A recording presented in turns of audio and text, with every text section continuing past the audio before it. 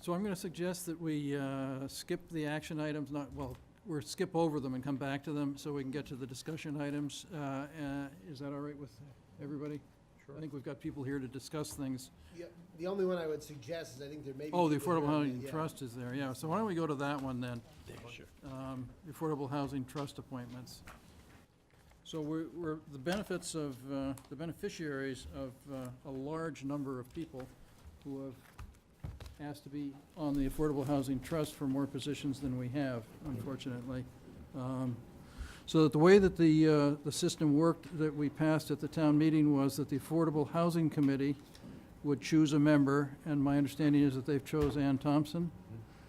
Steve is nodding yes, and so that Ann would be one of the members then, and then the board, and then a member of the Board of Selectmen, so one of the three of us, and then there are 5 members that are selected by the board. We were supposed to get nominations, or we asked for nominations from the Planning Board and the Warrant Committee, but we didn't get any, so. Planning board is going to meet on Monday, and will provide us with a recommendation. And Jack, haven't you submitted your I have. interest? Yes. Yeah. Are you the representative of the Warrant Committee, or? I was never aware that the warrant committee was asked. Oh, Okay, nor have I heard anything from Mark. well, then you can be. Okay, good. Um, Tom will go along with that then? I think you will. I'm keeping him busy on the ALS study committee. So the question then becomes whether we want to wait for the Planning Board to make their late suggestion, or whether we want to just go ahead tonight. So here's my suggestion, Pete. I mean, my suggestion would be, because I mean, under the bylaws, we just have to consider the nominations of the warrant committee and the planning board. We don't have to pick them. Yep. Only the Affordable Housing Committee gets a nominee. So, I mean, my suggestion would be one of 2 things. One would be to pick 4 people, if we can agree on 4, and then send to the planning board the list of the other people who have expressed their interests, and see if the planning board has a preference out of the remaining group of them. Or we could, talk through in general and then send the whole list to the planning board. But my suggestion would be to try to arrive at 4 people, plus the selectman member. That way we'd have 6 members. If for some reason our next meeting is not till August 1st, so that way the 6 members could convene a meeting between now and August 1st. Yep. With a quorum, and then we could take up the planning board's recommendation on August 1st. So that way we wouldn't lose the next 3 weeks waiting for the planning board to weigh in. And then, because I think we've got great candidates, and Yep. if they were to have a view of the 5th person. I think that's a good suggestion. Is that agreeable? I will miss the meeting on the 1st of August, but I trust you guys to make good decisions. So Then that- it's that then works it's out. probably a We'll good have idea free to go rein, ahead with it Pete, tonight. So, We'll have Gus getting in the way. All right. yeah, well, that's all the more reason to do it tonight, so that Gus can participate. So how do, so I rated the candidates in my order of preference. Did you guys do similar things? I identified the ones that I felt positive about, and I don't believe I saw anything from Diane Maxon by way of background. No, So we didn't get I anything. was blind on that one, From Diane on it. so I didn't Yeah. have an opinion there, just because I didn't have any insight. I've heard that she was extremely interested, just last night I heard that from someone else that was on the Affordable Housing Committee, but, so I,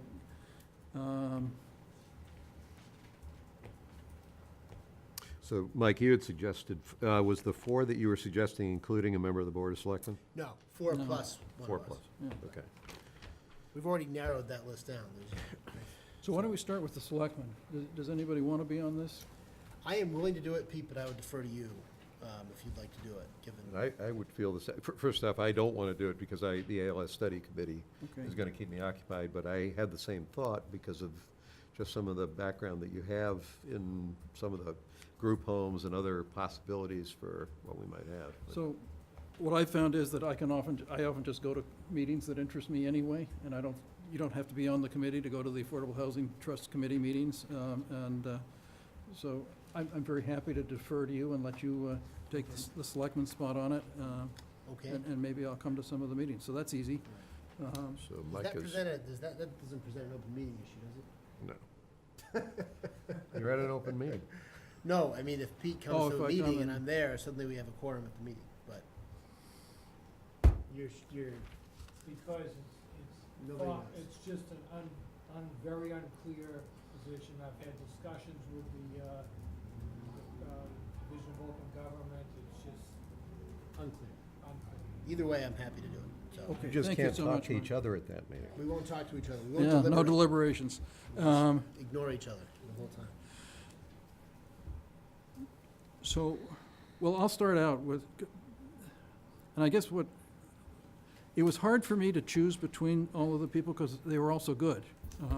And I would encourage them all to do what I was just suggesting, that even if you're not appointed, you can still go to the meetings and participate, or at least in almost all of the committees that I've gone to, where I haven't been a member, the committees have allowed me to participate in, and to have a say. You don't have a vote, but you can certainly be there and listen and usually have a say. I deferred to the two people that had affordable housing experience, Lot3, Benko and Adam Amenden, because of the fact that they both worked in the field. I put them at the top of my list. I put the next person that I put down was Suzanne Sino, because she started that whole project in town. We basically have an affordable housing trust to a great extent because of her work. So have her, I didn't even pick her up as a candidate. It came in late. It came It was- to Evelyn. She sent it to Evelyn, and it didn't get into our list. Okay, Yeah. But yes, Okay. it's it. I Like put a copy Jack's. of it there tonight. okay. Did you get Jack's material? I think, Jack, what happened is you put in for the ALS study team, and in the letter that you did that, you had all your background, but you said, but I'm also interested in the Affordable Housing Trust. So I registered that you had done that. He did submit the materials, but he did it But in it wasn't part of conjunction the with the package that got ALS. circulated Was not, no. until You tonight. sent a reminder to Yep. Evelyn, okay, within the last few days. She's been on vacation. But you did, Kristen, you sent around Jack's stuff. Yes, and Yeah. then there's a copy of it in front of you as well. And given that there was a slot for a warrant committee member, unless the warrant committee has a revolt and rejects you violently, I would think that's probably going to be our answer there. Yeah, You could squeeze by, yeah. just squeeze by. So I guess that would get down to with Jack, that would get down to the 4.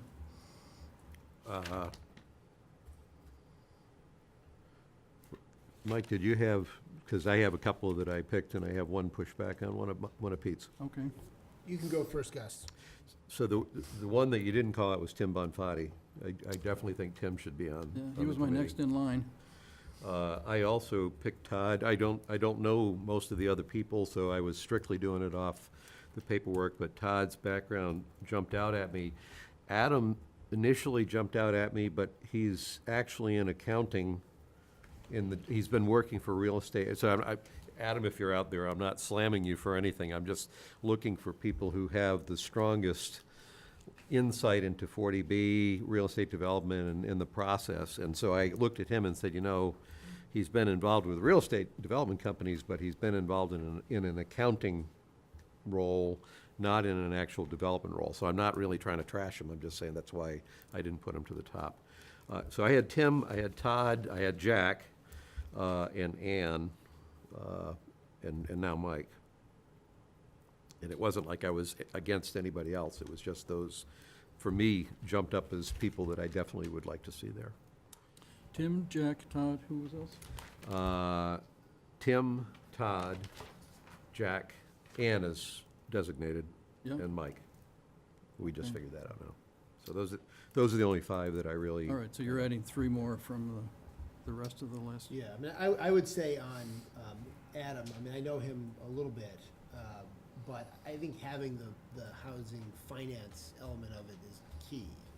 I mean, being the CFO of that kind of company with that kind of responsibility, I think part of what we're supposed to consider is sort of a financial piece of it, and we don't otherwise have a housing finance person in there. And so, I mean, I sort of grouped it originally with what I saw as the 3 people with the most relevant experience were Amadin, Trubahenko, and Tim Bonfatti, having the construction and project management piece of it. Now, that's you're not directly going to be building stuff, but you're going to be overseeing it.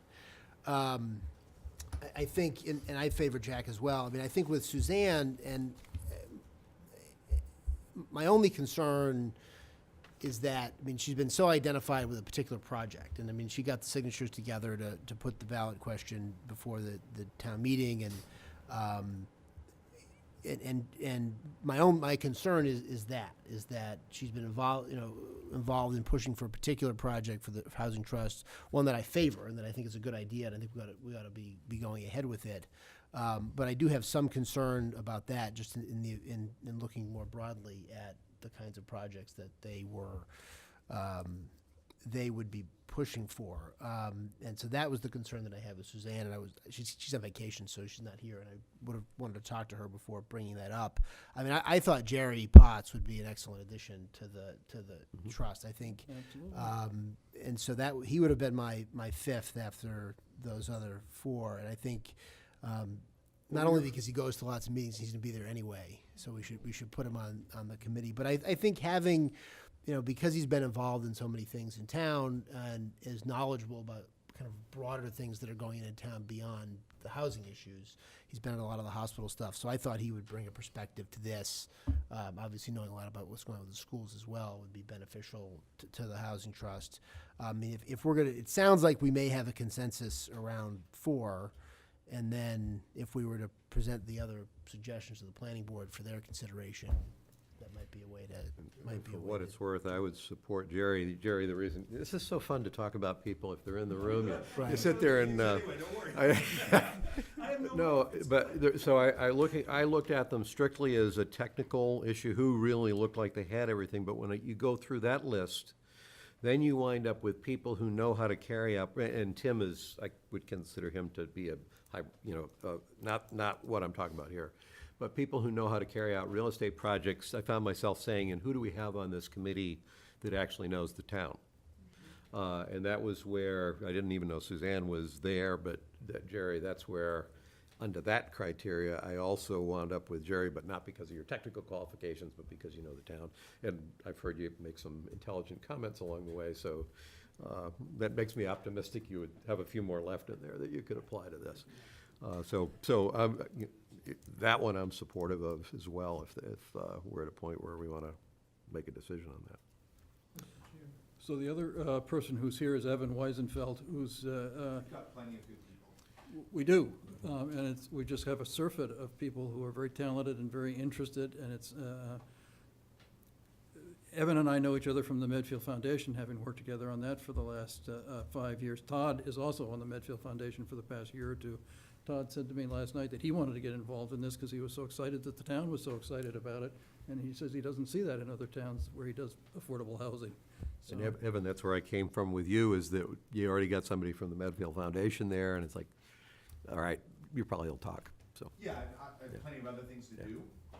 I was concerned that there wouldn't be enough people stepping up, so I'm very happy that you've got a good group of people. Mark? Yeah, I just wanted to point out, I don't know most of the people on the list. I know a couple. I haven't looked at any of the backgrounds, but you do need to take into account that nobody has any potential conflicts that enter into it, because that can be a problem, so.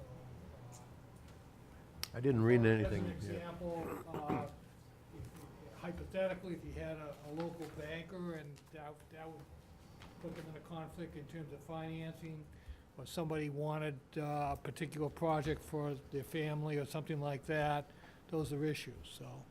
I mean, I would think to the extent to which any of the companies, I mean, it would mostly affect Adam, Tim, and Todd. To the extent they were bidding on a particular project, they would just have to recuse themselves from that whole discussion, right? I mean, that, They won't be able to be on they would not be able to work on the project, right, they period. just recuse themselves entirely from working on it. The company wouldn't be able to bid on it either.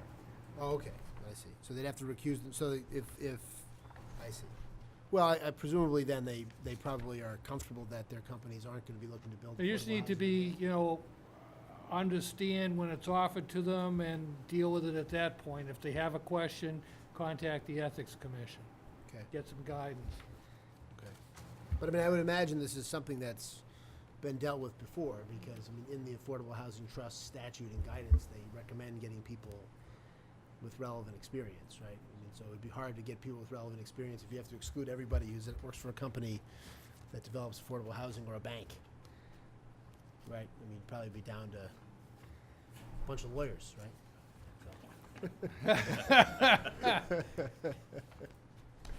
Yeah, I mean, I think we can raise it with them. Yeah, so. So do we have a motion then to appoint the selectmen and the other candidates?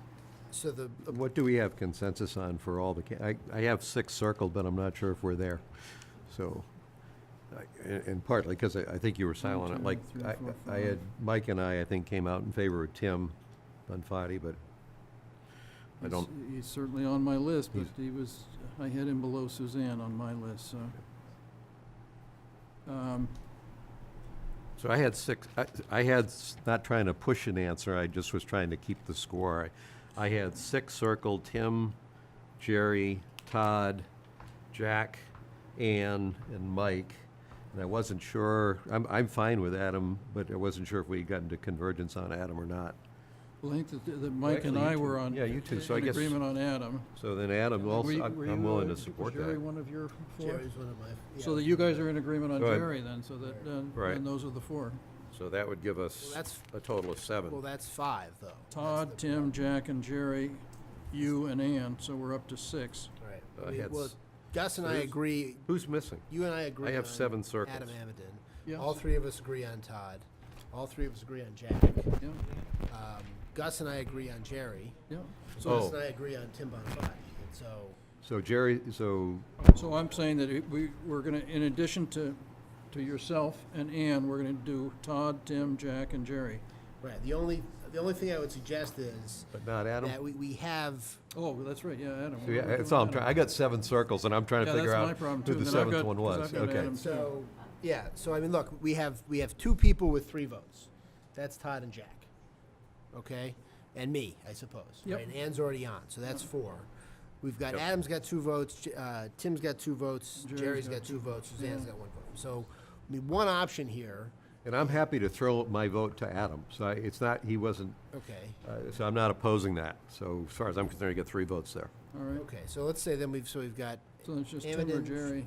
yeah, well, Tim, Jerry, and Suzanne, and Well, do we Suzanne want just to? got 1 vote, so she's, Well, but I mean, the question is, the planning board gets to make, I don't want to overcomplicate this, but the planning board, we should solicit their view. yeah, I mean, one way to do it then is to take these controversial remaining candidates, submit that list to the planning board, see if they have a Sure, recommendation sure. out of that Why don't group. We have enough for a quorum. I don't know that we'll be able to schedule a meeting before August 1st anyway, but we'll try. yeah. And then we can appoint the rest at the next. So why don't we ask the planning board then to decide between Suzanne and Tim and Jerry? Does that make sense? Actually, if we're going to go there, I want to be involved in the discussion. I really think Tim should be on this committee. I agree. And I'd like to understand why he wouldn't be.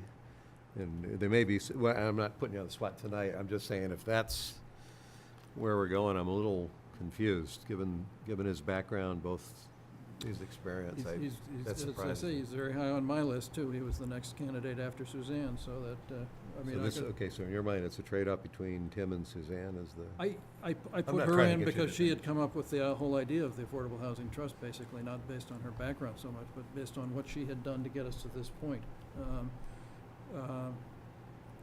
So I guess this is what I would suggest. I would go with Tim and agree with you guys there, because I know that Suzanne will just go to the meetings. well, Right, but I we- opened my big mouth. If I boxed you in there, Pete, you don't No, have to do that. that's fine. Right. I guess the only question, though, is, given that we're supposed to, and again, the planning board's meeting on Monday to discuss a recommendation. I don't want to be in a position of saying, well, we've picked everyone, but if you'd like to nominate someone that we can then pick to knock out one of the 5 people we've already picked, it's kind of putting the planning board in a spot that's not a great spot. They've we- scheduled a meeting to, I think we don't, I think we have, we can give them the choice between Jerry, Suzanne, or any of these okay, other all people. right. Oh, I'm sorry. My math was off. Teresa has a question. Actually, I have a question for the planning board. Can you use the microphone just so people at home that are not watching baseball can hear you? Hi, Teresa James. It doesn't amplify in the room, Teresa. Teresa James, Harding Street, but planning board member. So I just wanted to get a clarification because I was maybe misunderstanding that you wanted a nomination from the planning board, like a planning board member or an associate member on the committee. But what I'm hearing you say is that based off of the people that have submitted, you're turning those back over to us and that we were to select from one of them? Well, so the way the bylaw reads is we are required to consider people nominated by the warrant committee and the planning board. So when we drew the bylaw, we didn't want to force a member of the planning board or force a member of the warrant committee onto the trust as part of the bylaws. And so we had thought it's kind of this was out there, and then we were going to get whatever nominations we got and deal with it. I guess the planning board didn't know. And so you've scheduled a meeting for Monday to address this. It does not have to be a planning board member. You also don't have to nominate anyone. And so I'm just saying that out of respect for the planning board, we don't want to pick everyone. If you've scheduled a meeting to discuss nominating someone in particular, we ought to consider whomever the planning board has nominated. To the extent the planning board doesn't have anyone in mind yet, and we have a lot of qualified candidates, my suggestion was if the planning board has a view on any of the remaining candidates, and could express that and say, look, out of these three, we'd favor that, we would consider, as we're required to do under the bylaw, the nomination of the planning board. It does not have to be a planning board member or an associate board member. You all have plenty of meetings to go to. Or if there is a planning board member that was interested, we could, Yes, they can make that. that's right. And we would we could consider that make that person known. alongside the other Okay. people we're Yeah, considering. it is on our agenda for Monday evening. And if there is somebody that's interested, could you have them send us a resume or something so we know what their credentials are? Okay, will do. You'll get, Thank you. Sarah is preparing an email off my email from tonight about that. Great, thank you. Thanks, Teresa. Anybody else? All right, so it sounds like the motion that we need is a motion to elect Adam Amadin, Todd Trihubenko, Tim Bonfatti, Jack Wolf, and me to the board of the Affordable Housing Trust. Exactly. Say Yep. that one more time? Adam Amadin, Todd Trihubenko, Jack Wolf, Tim Bonfatti, and me. With Ann Thompson already being on because she already was on. designated. She's Okay. the first member already. Yep. So, Okay. Any, is that a second? Oh, was that a motion? Yeah, That was a second. motion. yeah. Second. Any further discussion? All in favor? Yes. Aye. and then we'll transmit to the planning board, Jerry and Suzanne, for them to weigh in however they will, or if there's a planning board member or someone else the planning board has, we'll consider that August 1st. Okay, let's see, next discussion item is discussion of Medfield State Hospital Master Planning Committee and process. I sent you approximately 100 and something pages on Friday and left this one on my desk for you. So I apologize to the State Hospital Committee that this did not make it for your review for tonight, but Steve is here to explain his memo. It did have a sticky note that said, "Don't forget." That was your mistake, apparently. So I don't know whether you want to look at that, or do you want me to just give you the highlights? Why don't you just go ahead? It's, because it's 4 pages long, so unless you're really fast readers, you may. Basically, this memo is a summation of a lot of thoughts from the master planning committee in reaction to a comment that Mike had made at your last meeting, I guess, about Lot 3 on Ice House Road and the Hinkley property being accelerated and maybe pulled out of the planning effort.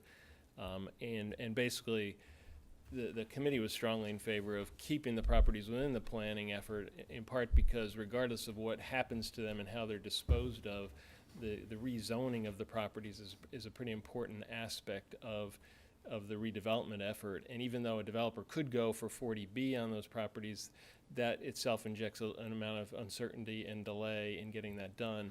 If we're pushing for our early January town meeting to do the rezoning, we think it would be a mistake to pull those properties out and then not include them within our rezoning. So that's sort of the fundamental reason that we think it's good to keep them under our planning effort. But that being said, we also discussed, because we have already reached consensus on our committee about recommending that they be used for senior housing, some rental housing and some for sale housing, that we would be willing and anxious to push forward with an RFP that could be put out in anticipation of the rezoning and disposition of those properties, which have to be approved at town meeting.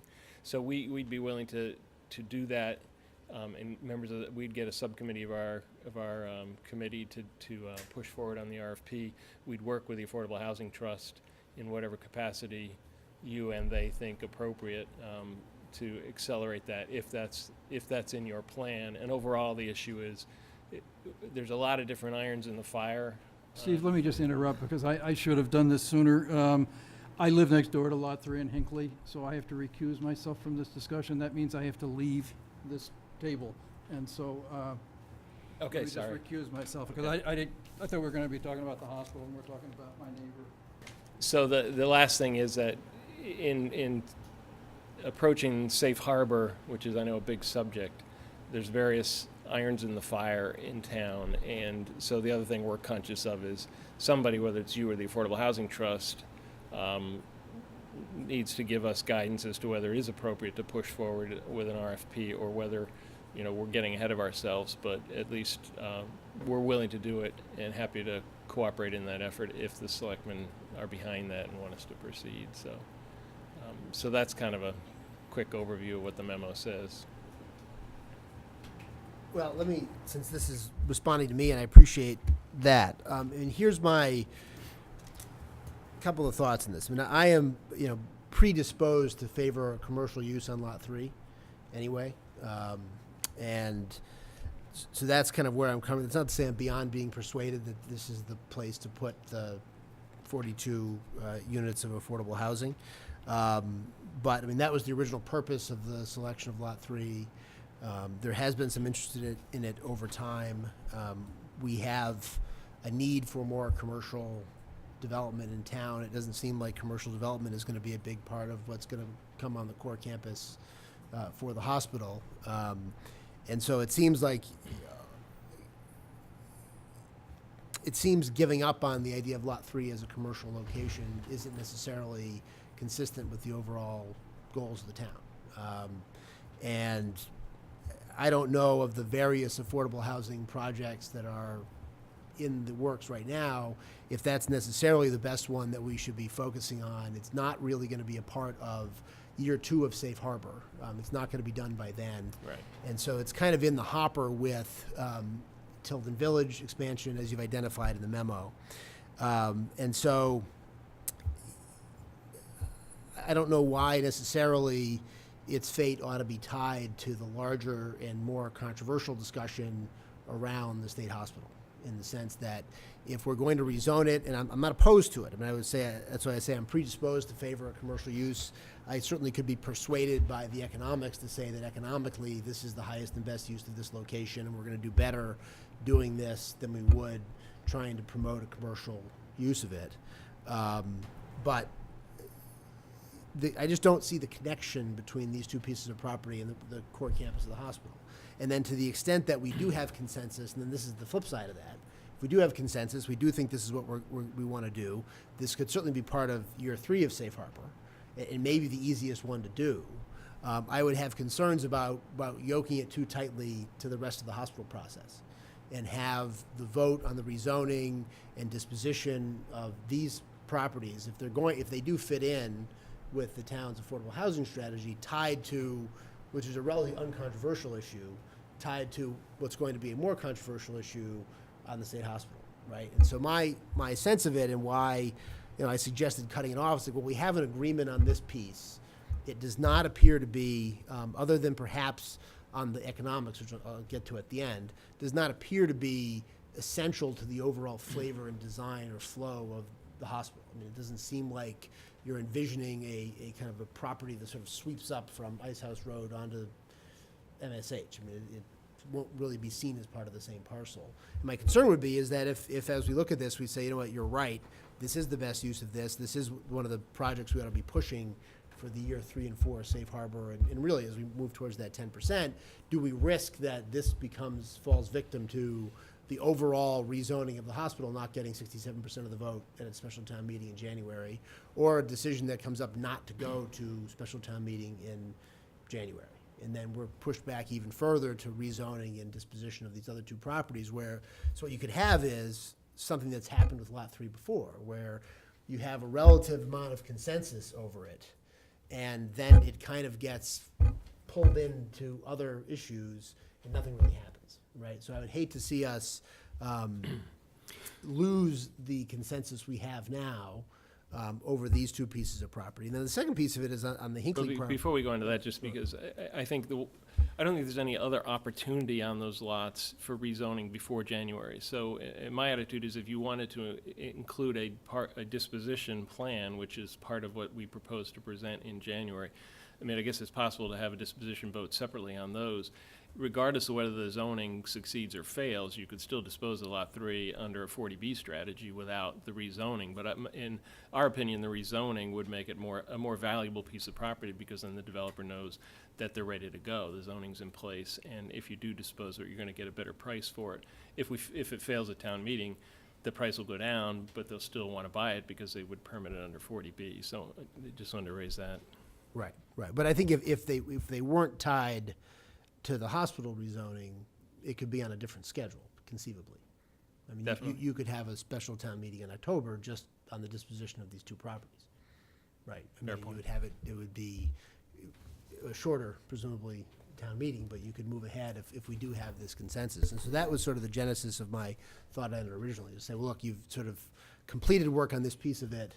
Let's just move it along and to the next piece of it. I'm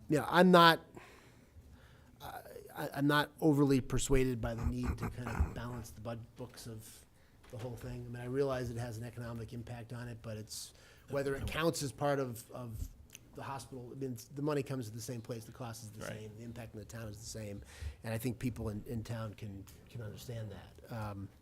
So that's kind of my perspective on it. I've just skimmed the memo. Well, the other thing in our minds is, I mean, well, it was made part of our charge originally, so whether there was a logic to that or not is, it was the selectmen's decision, not ours, and so we have been including it in our planning, and as a result, we've gotten a lot of feedback on senior housing as being a priority, and so from our perspective, if you have the choice between, for instance, a recreational facility up near the core campus or the sledding hill versus being on Lot 3, that at least Park and Rec prefers near the core campus, and there's a lot of land there on the sledding hill to make that happen, more space for parking, et cetera. And our consultant says, that's a tough road, it's a dead-end road, comes by the senior center and the Kingsbury Club, and she doesn't see that that's a great site for commercial, better to do the commercial up at the core campus, whatever commercial means to you.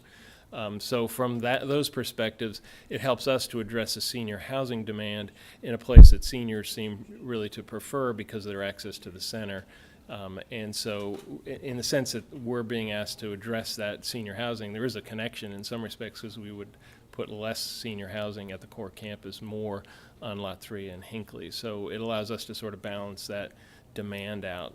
As far as the logic and planning, I agree with you. It doesn't necessarily strike you as... Yeah, and I think, I mean, I don't mean to say, I don't mean to say that you wouldn't get credit for what's happened at Lot 3, and it would just, that would be done on a different schedule, right? That would already be done, and sort of your piece of it, the planning piece of it, I mean, is probably close to done, right? I mean, how much more planning do you have to do as to those two pieces of property? Not a lot. Right, and so, I mean, that was kind of my rationale was, okay, you're a planning committee, you've reached a conclusion on sort of a severable piece of it. I mean, I think you can continue to include it as part of the overall master plan. Well, but for instance, if in doing the zoning, I mean, the zoning part hasn't been done for anything. So even though we've decided on the use, we have, the zoning hasn't been adopted. And so if we have a consultant on board doing the rezoning for the hospital, to add those in is not that's part of their scope already to add those in. So we would take advantage of that in order to get the zoning done on those and include it in the plan. So that's... And I don't know that would necessarily have to change, right? I mean, they could probably do the zoning for those two pieces of property and then pass along the zoning. I mean, how long would that take a consultant to do the zoning for those two pieces? I mean, we haven't really ever pushed them to sort of segment the different parts of it. So really the planning was going to get done, and then in the fall they'd do the zoning, or in late summer into the early fall do the zoning piece. So, I mean, it has to be done on a schedule that allows planning board hearings and all that sort of stuff. So it's already on the track. And so from our perspective, pulling that out and having them try to zone that separately ahead of the rest of it probably doesn't make a lot of sense, because they've got a lot to focus on to try to keep the whole mission on schedule to meet the January deadline, which is a pretty tight timeline. And then why do you think that the Hinkley property development wouldn't qualify for a comprehensive permit? Because in our proposal, it's moderately priced. It's not. It doesn't qualify under the 40B guidelines. So it would be home ownership. It would be a separate project from the rental, and it wouldn't have. I mean, it could have, but it wasn't our plan to necessarily have 25% of the units be affordable to people at 80% of median. And why does it have to be a home ownership development and not a rental project? It doesn't have to be, except for the fact that there seem to be two different segments of demand for senior housing, rental and people who just prefer ownership and like a small single family setting as opposed to an apartment setting. So it's just trying to meet two different segments of the senior housing demand. Would the rental, if it were a rental development, could you have separate units in a rental development? How do you mean that? I mean, in other words, if the concern is sort of the aesthetic of buildings, like an apartment building Right. versus individual Right. homes. Right. What if you had individual homes that were rental, condominium style? I mean, Then certainly you that. could get a comprehensive permit with 25% Right. apartments, it would count. Well, the one thing that's hard in 40B is trying to manage a mixed rental and home ownership, and they count differently. So that, No, all rental, if it was an all rental development. are you I saying would like think single because I would family? think for seniors, for single-family rental, I think for seniors, you'd be better off with a rental development, right? Because given the movement of the housing market, because really this project is designed to meet the needs of a particular segment of the seniors in Medfield now, right? And so if you're imagining this over the next 2 years, if you're a senior, I mean, you may prefer to lock in the ability to sell your home now and then bank that money and then just rent. And so you're no longer kind of subject to the vagaries of the housing market, right? Because I mean, a lot of seniors who wanted to sell their homes in 2007, 2008, 2009, 2010, they were in a really tough spot, right? I mean, so if that was the time to move, you had to sort of sell it at rock bottom. And so But yeah, I mean, you may think that's the logical thing, and I may think that's the logical thing, but there are a lot of seniors who have a mindset of, I've owned my house my whole life. Sure, I don't I want to understand I don't want to own $1 million house, but I also don't want to be paying rent. And if I'm going to live for another 25 years, the No. last thing I want to be doing is paying rent for 25 years. I want to own my own home. So yeah, I understand the psychology of it, right? But I mean, at some point, you're providing subsidized housing. There's got to be a little bit of give and take. right. Well, but subsidized housing committee said we don't want any rental housing. I understand we that. want all ownership. I understand that, but that's what I'm saying. I mean, I understand the psychological aspect of it, but I'm saying in terms of being able to do it, doing it efficiently and effectively, and I don't think that should be taken off the table entirely, because it would smooth that process. No, and in fact, the 42 units we're proposing is senior affordable rental and only 15 home ownership. So in our mind, the balance is shifted heavily towards rental, but there is still some demand for home ownership as well. So we're trying to accommodate both interests. No, I understand. Isn't there a danger that some of those if they're home ownership, they will be priced out, so that what we're selling is moderate senior housing now? As their turnover, they will go up in price. I mean, the Allendale houses were sold for $99,000. They're now appraised for over $400,000. Well, I mean, that's a big policy issue I think we need to consult with the Affordable Housing Trust, the Affordable Housing Committee on, because, I mean, we would propose to restrict them, and the way DHCD forced us to restrict Allendale was to tie it to median home prices rather than median income, and median home prices went, we were locking in the early 90s in a real estate recession. Prices went sky high in town and dragged those prices up. Every time we've had a turnover of units there, we've switched those over to being tied to median income instead of median home prices. So, yeah, now they've changed it, right? So The other thing with the Hinkley property, under the new inclusionary zoning we adopted at town meeting, right. aren't you going to be required to have a certain number of those units affordable?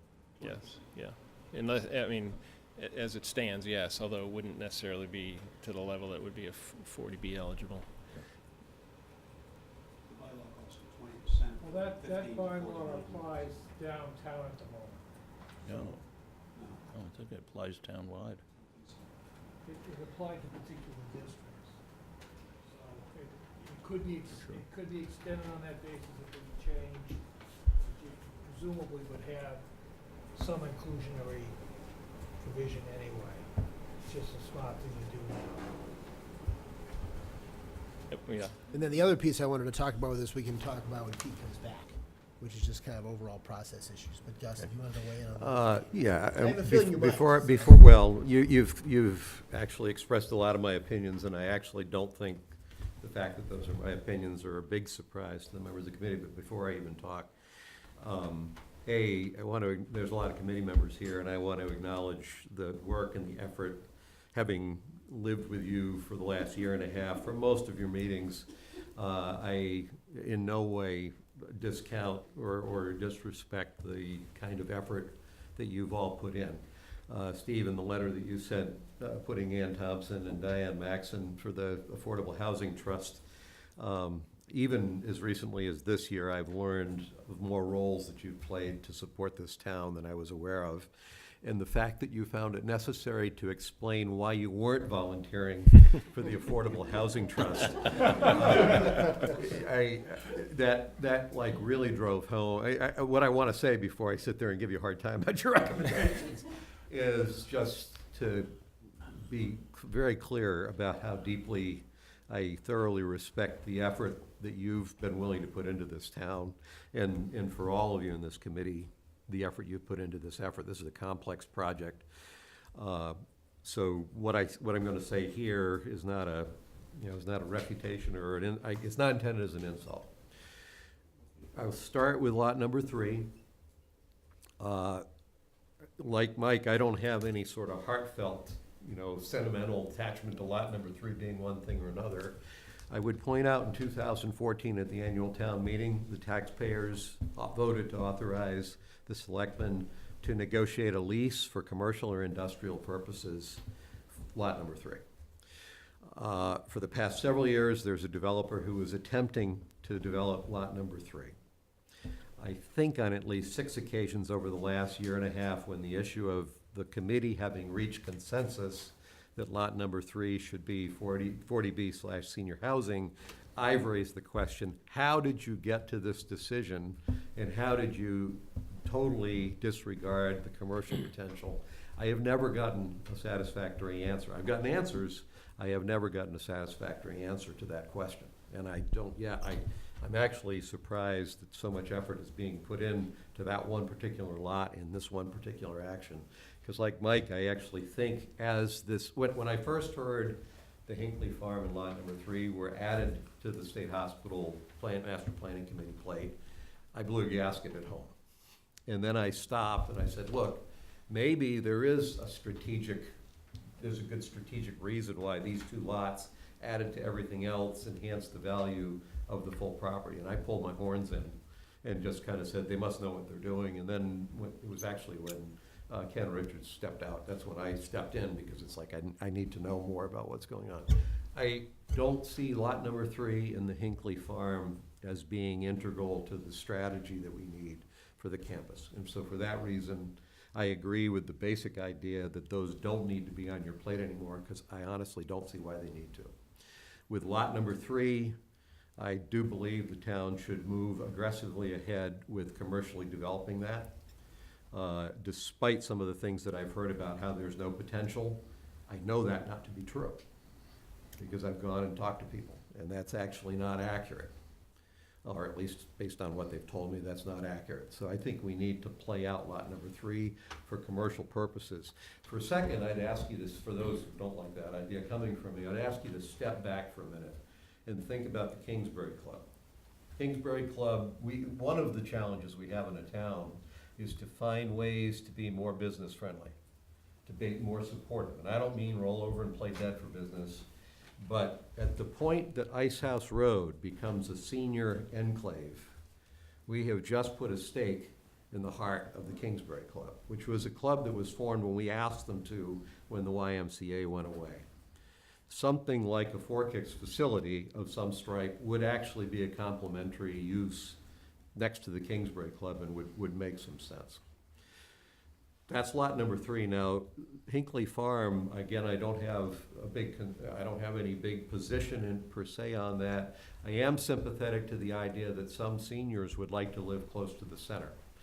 I think we had an affordable housing committee that put together a housing production plan and laid out a course of action for our affordable housing, and they've given us a good path forward. There's more work to be done, but we've got a good picture. We have a senior housing committee that I think is close to finalizing their study. That study should tell us what the real senior housing needs are in terms of how many senior units do we need, what format do we need them to be, and where do they need to be. My perception of the surveys where seniors say we want it on lot number 3 is seniors saying we want senior housing wherever you have land, that's where we want it. We don't really almost care, just put it wherever it is. So the first step for me is I want to see that final senior housing committee report to get objective information based on what they've analyzed and what it is we're really trying to do. I don't think any of us know what we're really trying to do with senior housing. Lot number 3 is affordable / senior housing. Doesn't sound right to me, only because I've talked to Tony Santori and he said not very many seniors qualify for affordable housing. So we have an issue with the seniors, not around classic affordable housing. And the reason they don't is because of the equity they have in their houses. So I don't think it really is affordable / senior housing. It's one or the other if it were going in there at all. And that is a lack of clarity to me that we just really have a problem with. Well, I guess on that point, I mean, affordable doesn't necessarily mean 100% affordable. To get 40B, it's at least 25% affordable. So there may well be a Yeah, predominance of market units That's in a fair. Yeah. development like that. So That's fair.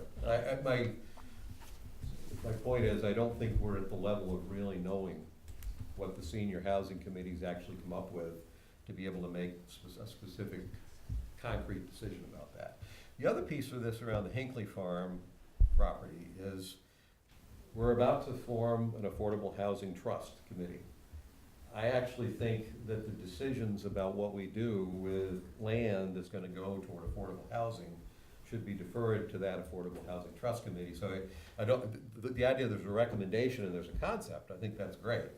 But the idea that we would be moving quickly to set out RFPs, or we would necessarily even be nailing down, the committee will be formed by the time we have to figure out the zoning issues, so that's not gonna be anything that would stop it. But I would, if we do a good job of putting the right people on the Affordable Housing Trust Committee, then they should be people with the kind of insight and intelligence to really be able to look at that specific issue and figure out what to do with it, so. Although it sounds like from the hospital committee's recommendation that at least the Hinkley property wouldn't be classically within the affordable housing.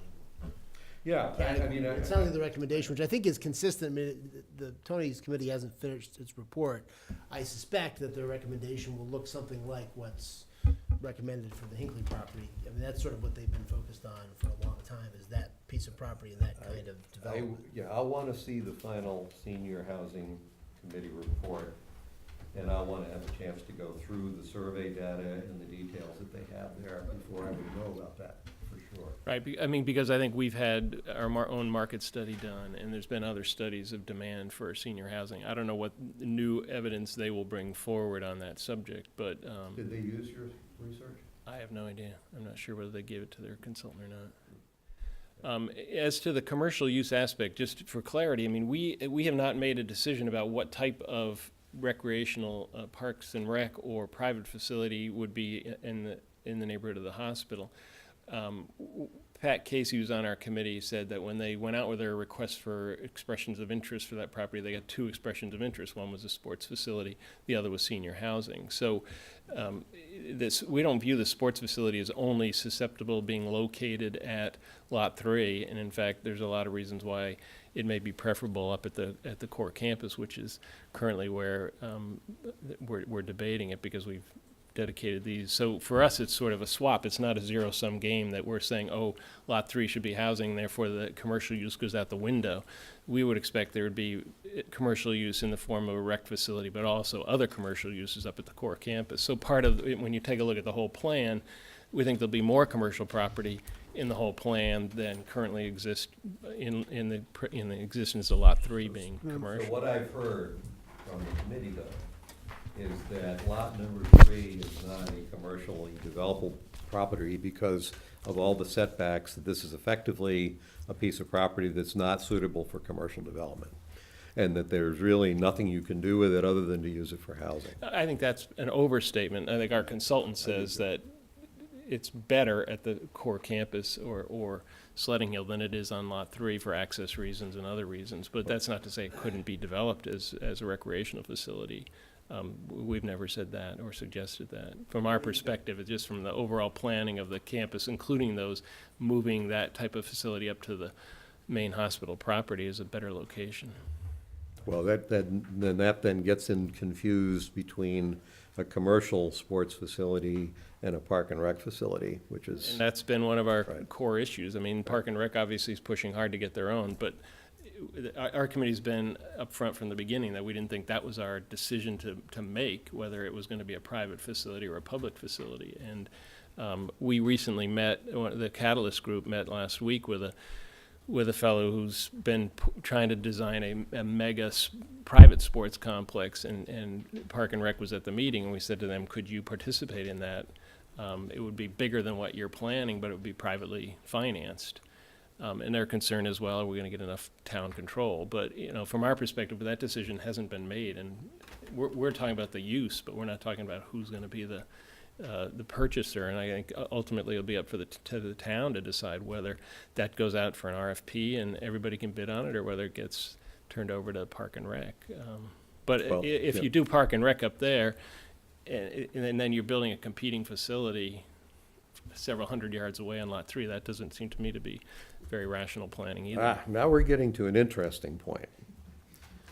If we are deferring or not allowing a commercial development, and where I'm coming from here is the need to diversify our tax base. We're doing all sorts of things to make affordable housing, to make better housing or more affordable housing for seniors. So on one hand, we're working to drive the cost of living down for homeowners. On the other hand, we're converting commercial property out of, that somebody wants to develop. And that when we bought it 22 years ago, we said that's why we were buying it. We're trying not to allow that because we're concerned it will be in competition with the town-supported Park and Rec department. That's, I think, one of the things that has stymied any development around this for years, actually. And I think it's time for us to break that logjam. There's a commercial athletic facility that has a demand in the marketplace, that has a significant constituency here in town, apparently, because in the town meeting in 2014, they were referring as the article authorizing the selectmen to lease land as the Borelli project. And I'm the one who jumped up and said it's not. It's just the authorization to lease. Right. I've watched this standoff since I've gotten here, when I had little kids who might actually have taken advantage of some of this stuff. We need to diversify the tax base. We have a piece of commercial property that would make a lot of sense to develop in a way that's compatible with the health club that's already there, with an owner of that health club that would only be so too happy to either do it or support someone else in doing it. It doesn't make any sense to me why we wouldn't move ahead with that. Now, your point is, well, maybe there's a better piece of property south of Hospital Road, but the process of figuring out what Park and Rec's facility will be, I don't picture a Park and Rec facility next to a commercial facility. And the process of trying to work that through, that process every time I've seen that, because this goes way back to when Chris Grant first wanted to do something, that process grinds into a standoff and nothing happens. So to me, this is straightforward. It's deal with the property the way it's zoned, allow it to be developed. If we can't work out something that's a good, I'll pull my horns in if what I've heard is not true in terms of being able to get to an agreement. But I frankly don't understand the intense effort to not have lot number 3 be commercially developed, when in fact there are developers who have been trying to develop it and there are still people who would be willing to develop it. Well, I mean, I would say we don't have an intense effort to stop it. It's just from our perspective, it was under our charge, and we looked at all the property we had available, and a park and rec type or a private recreation facility, whichever it is, looks better to us up at the Steve, main I would hospital buy property. that if your definition of what's going on up at the state hospital was even close to the definition you have for these two lots. I don't follow. What you have for plans for lot number 3 in the Hinkley farm in terms of exact number of units and exact usage, we don't have that yet up at the state hospital. It's all been around the peripheral stuff. Well, no, I mean, we have been taking it bit by bit and working through the plan, and the consultant said, we have large consensus from the community on those lots. Let's go for the low-hanging fruit first, which is And my where we question, headed. and then, well, I don't want to so, drag it. My question along, how was that consensus reached and how is there? I don't buy it. Well, we so- didn't come with a predisposition. I mean, the consultant was at the meetings. The consultants recommended that this was a consensus in the community. So, I mean, I don't think we drove that process. We were getting a lot of feedback. Now, maybe we were getting a lot of feedback from seniors who showed up and filled out the surveys, so. And the way you structure questions also predisposes the outcomes. I mean, but- in addition, though, to the community consensus, I mean, I thought I heard you say as well that based on the market surveys and the analysis the consultant did, her view was that, I mean, whatever interest there has been, you know, at different times, is that there's not going to be great demand for interest in a commercial property at Lot 3. It's got its limits as a commercial piece of property, and that overall, a better use for that is housing than. I mean, that was her opinion, not solicited by us. And but that was I her followed up opinion. with, when she made that statement, I talked to her and I asked her 2 questions. First one was, are you aware that there was a developer trying to develop this property for the last 2 years? And the answer was no. Second one was, and have you talked to the Kingsbury Club? The answer was no. So wherever consensus is coming from is not as thorough as it should have been. Well, I mean, consensus from our perspective has been to the townspeople, not to the development community. So, I mean, that's, our consensus was based on the public, not on any developers who were interested in developing it, so. But I mean, a piece of it, though, and this is similar to what I said the last time. I mean, I think even if the public were saying, we want housing there, if the market survey said that's your best piece of commercial property in town, we should go to the public and say, you know what, you're saying you want housing there, but that's the best piece of commercial property in town. We should put housing someplace else. I mean, But I don't think that's true at That's what all. I mean, from right, but I my think that- perspective, the access to 27 and the location and the fact that, you know, you've got more land up at the state hospital that you can work with, I wouldn't say that for some reason Lot 3 is better. Right, and that's where I'm getting at. Is that, so I think I'm less inclined to disagree substantively with the recommendation for what to do there than I am to disagree procedurally with how we go ahead with it. I mean, I think we can discuss further and, you know. Right. Well, I mean, It's and the only, 50-50 among us, but Right. I think I mean, so I don't have, I mean, what you Well, just said. and my was main point is disturbing I with think we respect need- to the fact yeah. that those 2 pieces of data did not factor into the recommendation. I don't know why you wouldn't do that. And for now, my main point is that I think we need to see the final study from the Senior Housing Committee before we draw major I mean, conclusions. we're fine with that. I mean, the reason for the urgency was reacting in part to the discussion we had at the last meeting and the thought that we need to be pushing harder to keep within safe harbor, and that you guys are, you know, we can't wait till January. That's too long. So we're offering a way to accelerate that schedule if you want to do it. It seems pretty clear you don't want to do it, so that's fine by us. I would still say I wouldn't pull it out of our jurisdiction at this point, because I think whatever our recommendation is, unless you've decided you want it to be commercial and that's it, in which case that's fine. You should make that decision. Probably shouldn't have been in our charge to begin with, but it has been, and we've been trying to include it and work with it. But, you know, Gus, to your point, I mean, I don't know what the right decision is, but if you were to say, well, we're just gonna go ahead and do Lot 3 as a recreation facility, and, you know, Park and Rec is on its own, then that may change our plan. So if you are gonna do that, it would be important for us to know it, because we then probably would need to have a heart-to-heart with Park and Rec about, well, we may not have any of the property at the state hospital zone for any kind of recreational use, because that probably doesn't make very much sense if you're already building one right at Lot 3, which is, you know, practically adjacent to the McCarthy Fields. Just by way of filling this in, Lot 3 by itself, for the kind of facility that was being proposed, was not adequate. You had to get some cooperation with the Kingsbury Club. Which Exactly. they provide. Which they Well, provide. as to one particular developer, and that was the issue, whether there were Yes. other people out there that wanted to do something but were on a level playing field. But if there's yeah. only one proposal, For, then. for the record, I don't know that I'm the one that drove it, but at that point in time, I was at least one person who called Sarah and said, listen, you can't allow one developer to have this sweetheart deal and everyone else. It's gotta be an even. So I'm the one who initiated. That was an issue. That was in, I subsequently talked to Armin Jajigian, and we had an interesting conversation, because he was basically saying, oh, I wasn't gonna sign up for a blanket thing. And I said, well, I'm the guy that set that thing, or at least I'm one of the people that pushed for that. His point was, I'm not gonna give a blanket authorization to sublease land when I don't know what's going there, because I don't know how it's gonna affect my business. He then subsequently said, but I will either buy that property tomorrow, sublease that property tomorrow, or allow a developer and sublease my property to support a developer to do that, if that's what you're gonna do with it. Because it's a supporting, it's a supporting use that kind of fits with what the Kingsbury Club is. It's not a competition, it's a complementary Because use. he's got a and it makes sense. there's a non-compete in our ground. Yeah, no, I understand all that. Yeah. Like, Call on me, please. sure. We have no chairman to call on you, Bill, I'm sorry. In the chairman's absence, I will call on myself. I'm totally putting that in minutes, by the way. That's the anarchy. At least he would recognize me, I guess. I hope. I mean, after all these years.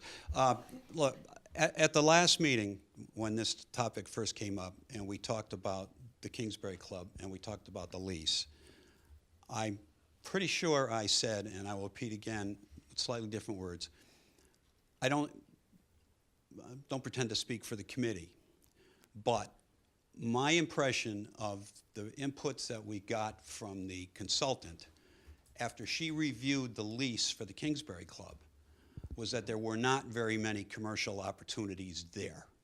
And I think that this, again, this is my opinion, I think that this is what led the committee to tend to steer away from commercial use for Ice House Road Lot number 3, and to then look at the commercial uses up at the hospital.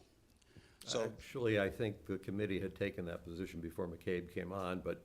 well, she I confirmed won't- it. I mean, she actually laid out, she had a view graph or a slide, I guess it's slide, I'm dating myself, view graph. So she had a slide in a PowerPoint presentation that essentially listed all of the things that were prohibited. Now, I had suggested that if the selectmen or town administration thought that the feelings of the owner of the Kingsbury Club had changed since the lease was signed or whatever, that I think the committee would welcome getting feedback from the selectmen as to what was now acceptable and how the lease arrangements might be changed. So I still don't understand how you can push the commercial stuff if you don't know or have not reached some kind of agreement that the lease will be changed or that he's willing to change the lease. A contract is a contract, a lease is a lease, and all of the conversations don't mean a thing. And I don't think that it was the consultant's role to go talk to Armand over at the Kingsbury Club to say, hey, what do you think about this? That wasn't her job. And I will say it again, if the selectmen think that there's wiggle room within that contract, or that it can be renegotiated or whatever with the Kingsbury Club, then you tell the committee what the uses are and what the acceptable uses are. So Bill, my point is, this is a master planning committee. You're dealing with land, and some of that land extends into Ice House Road. And the fact that the consultant who came in a few months after she came in read the contract and told you what the contract said, tells me that nobody ever looked directly on the committee, nobody on the committee looked on that. And as you think about what you're gonna do with the land, did you? I disagree with that. I'm saying Question or the committee, Pat Casey, who was on the Economic Development Committee, certainly was aware of the background of what went on that property. he's also on the master planning committee and everything else. So he was aware of it. He talked about restrictions. The committee members knew about restrictions. Did they look at the lease to know what the specific?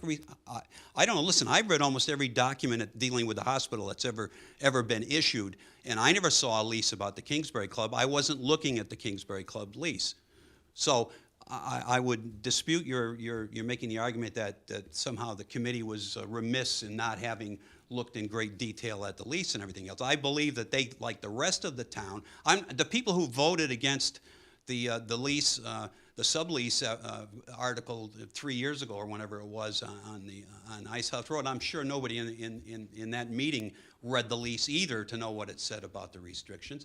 I think the committee has been doing their job. The committee's been doing what the selectmen asked them to do. The committee has met with the senior housing committee. There has been, I'm sorry, nothing terribly specific that came back from the senior housing committee. We know that for many years that the center has been looking at trying to use some of their land to build senior housing around their property. That was one of the things that Tony Santori talked about, was building on that land around their property. The senior center has told the committee here that they're willing to cede some of that land that's not being used to the Hinkley property to make that property more desirable for more units and everything else. So I think the committee is doing a wonderful job. I think the committee is doing what they believe, and I think correctly believe, that the selectmen asked them to do, and I think that they've reviewed the documents, and until somebody tells them that the circumstances like the lease have changed, that they're kind of right now struggling with why are we getting this change now? That's, again, only because I go to their meetings. I'm not on the committee, but I want them to succeed, and I think they're working very hard, and I think they have a viable plan here. If you've taken the pressure off for an October or a January immediate action on being out on the street for bids and everything else, then you've given them, I think, room to continue what they're doing, and I think you should let them proceed along these lines. That's all I have. I'm not proposing necessarily, Bill, to change it. I'm just saying to mark it complete on this piece of it, in the sense that, I mean, I am not, to me, what happened in 2014 is water under the bridge, right? To what you said, Bill, a contract is a contract. I had no problem whatsoever with the Kingsbury Club exercising its rights under the contract to express its view about which use was next door. And I would have no problem whatsoever with the Kingsbury Club having one deal for one kind of use and another deal for another kind of use. That's freedom of contract. That's exactly what that's the deal the town gave the Kingsbury Club. They didn't do anything wrong. And I would have made no requirement that you have a level playing field and force the Kingsbury Club to accept any use there, right? I think that's not a commercial concept. They have a contract, they can exercise it. That's 3 years ago, okay? And so that's what I'm saying, is I'm not looking substantively to second guess. If this is the recommendation, if you think you've done all the due diligence you need to do, this is your recommendation as to the highest and best use of these two pieces of property in light of the overall goals of the town and the overall charge that you've been given, I mean, I'm willing to defer to that recommendation. Procedurally, though, I don't think it needs to be wedded to the rest of the hospital process any longer. And so, having completed the planning work of the master planning committee on this piece, which is severable, I think, if you think you need to keep it for another couple of months to get the zoning done as a piece of it, I mean, I think I would encourage you to inquire whether the consultants could do the zoning on it on a different schedule without interrupting the other work they're going to do.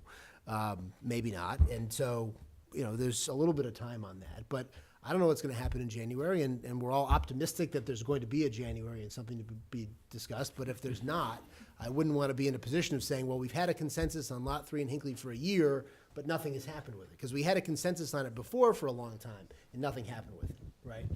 And that's my principal concern, much more so than kind of trying to revive the commercial use. Because I tend to think just instinctually that other than the one particular use that was of interest, there probably isn't a lot of commercial use there unless it's going to be linked into McCarthy somehow, and it gets. Well, and that's the only reason why, in my mind, the two are somewhat linked, because I think back to what Gus is talking about, if we say, well, we've got 6 acres or 10 acres at the state hospital for a recreation facility, I don't see that the issue goes away as to whether the town says we're putting it out for an RFP to a private developer or we're going to put it out for park and rec. I mean, either way, the town's got to face that decision, and we're not going to make the decisions. So somebody's going to have to make the decision, whether it's, town meeting at your recommendation or whatever, because it doesn't seem to us that there's enough demand to do 2 recreation-type facilities within, several hundred yards of each other. It just doesn't seem like good planning. So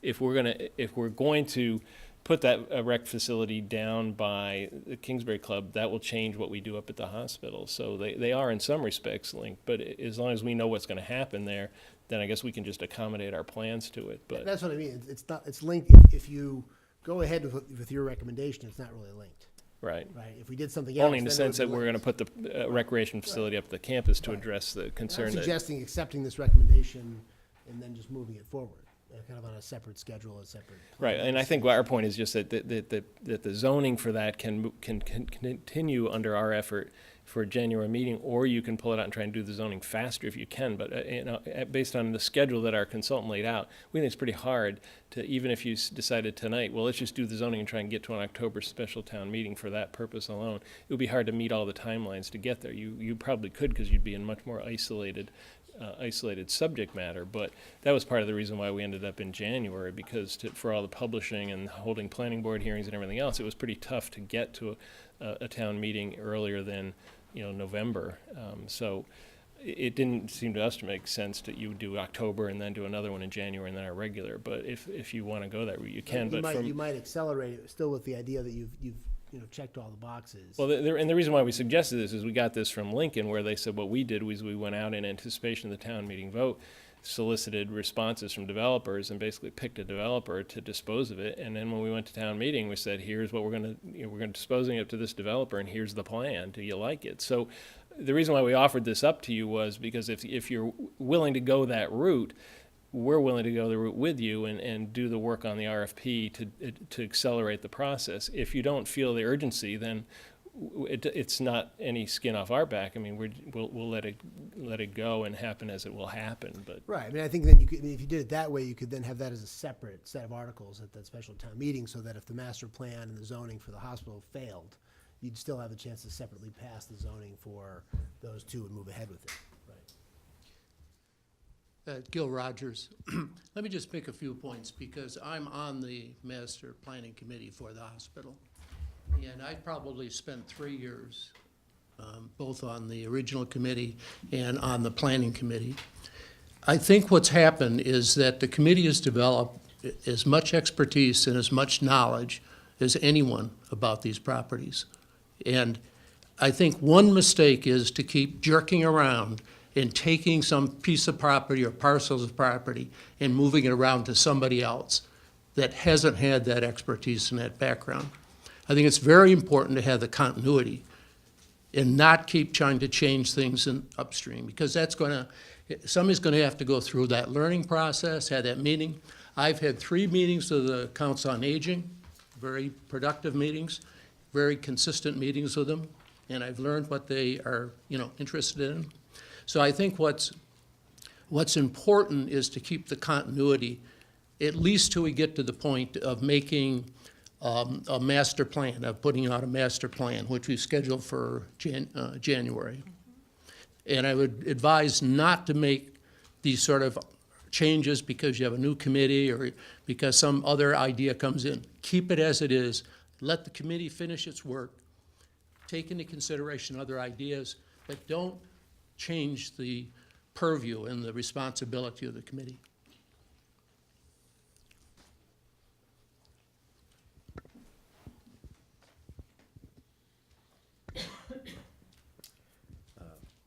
that's all we have, I guess. Yeah, So, I mean, think that's all. If you are able to come in with a comprehensive master plan that is as specific for the other parts of the property as these 2 pieces, I think it would be fine for us to wait to January so we see the full picture.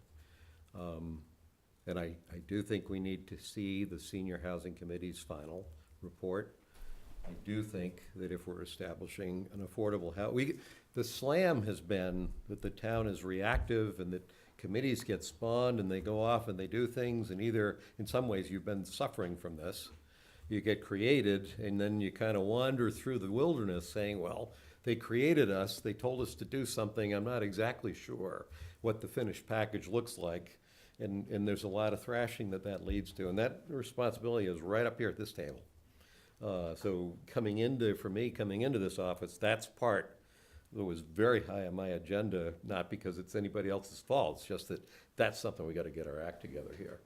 Part of that for me is, there's two committees that were formed, we need their outputs. The Affordable Housing Committee's kind of done their job. The Senior Housing Committee has done a lot of it, but we haven't seen what they've come up with.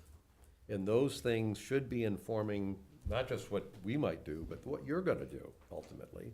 And before we move ahead with the affordable housing, if we're establishing an affordable housing trust and we're handing them potentially $1 million to put into action specific things, we shouldn't be making we shouldn't be making more than tentative decisions about what the picture looks like until that trust has gotten on board and has a chance to actually take responsibility for what we're asking them to take responsibility. But Gus, there's a difference between changing a mandate and having more information that comes in from other committees or other surveys.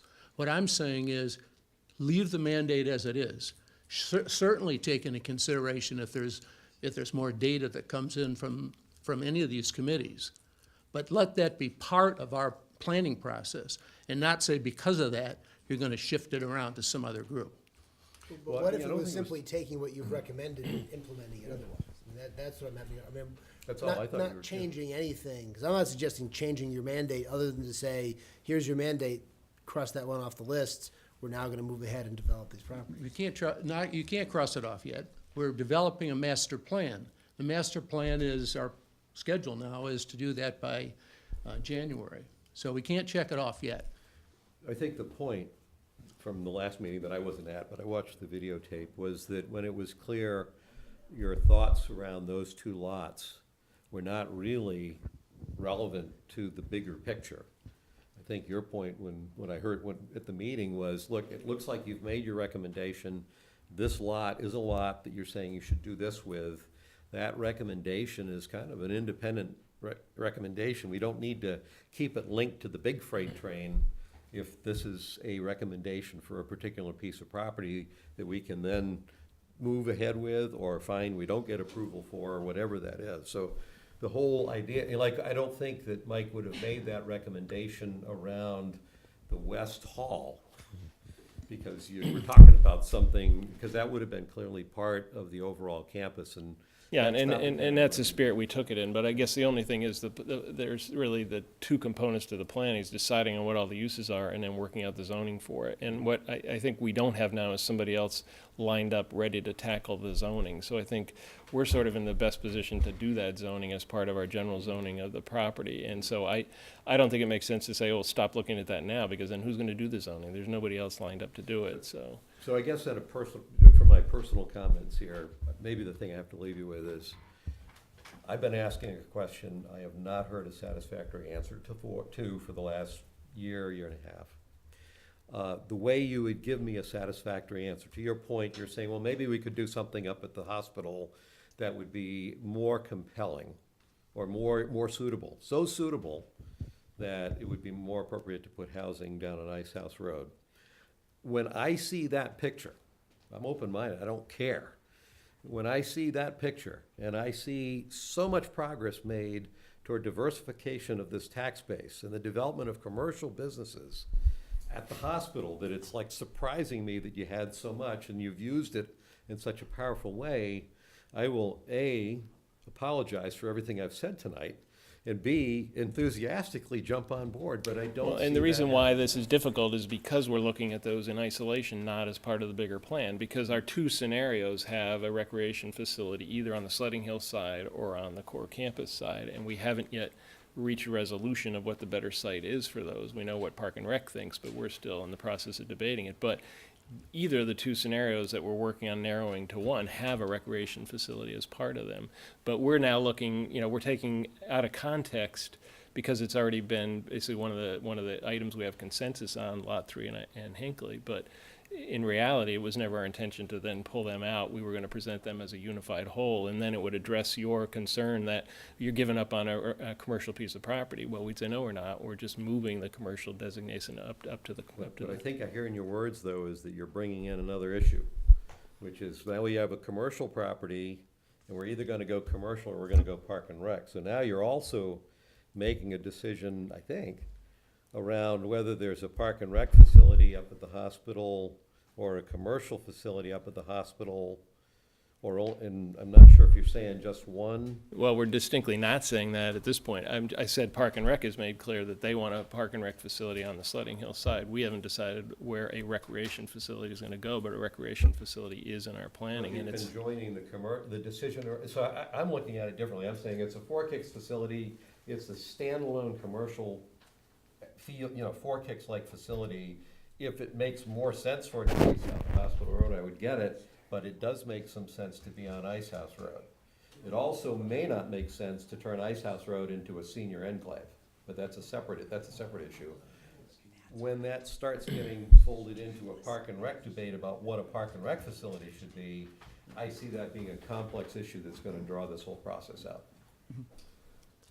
And I assume, Steve, that the view is that the proposed development on Lot 3 is consistent with the Hinkley the Kingsbury Club lease, and we won't need any accommodation. Yeah, it's not, definitely not a competing use. done without it. But, So- because I don't know that we're ever gonna avoid that debate, but, because the debate's gonna have to happen at some point. But our plan is likely to designate it as recreational, for a recreational facility. It won't say it's a park and rec facility. It won't say it's a Four Kicks facility. It's likely just to say this will be a recreation The facility. way I'm looking at it is if the Four Kicks facility went on lot number 3, that's a separate issue from what park and rec facility might be.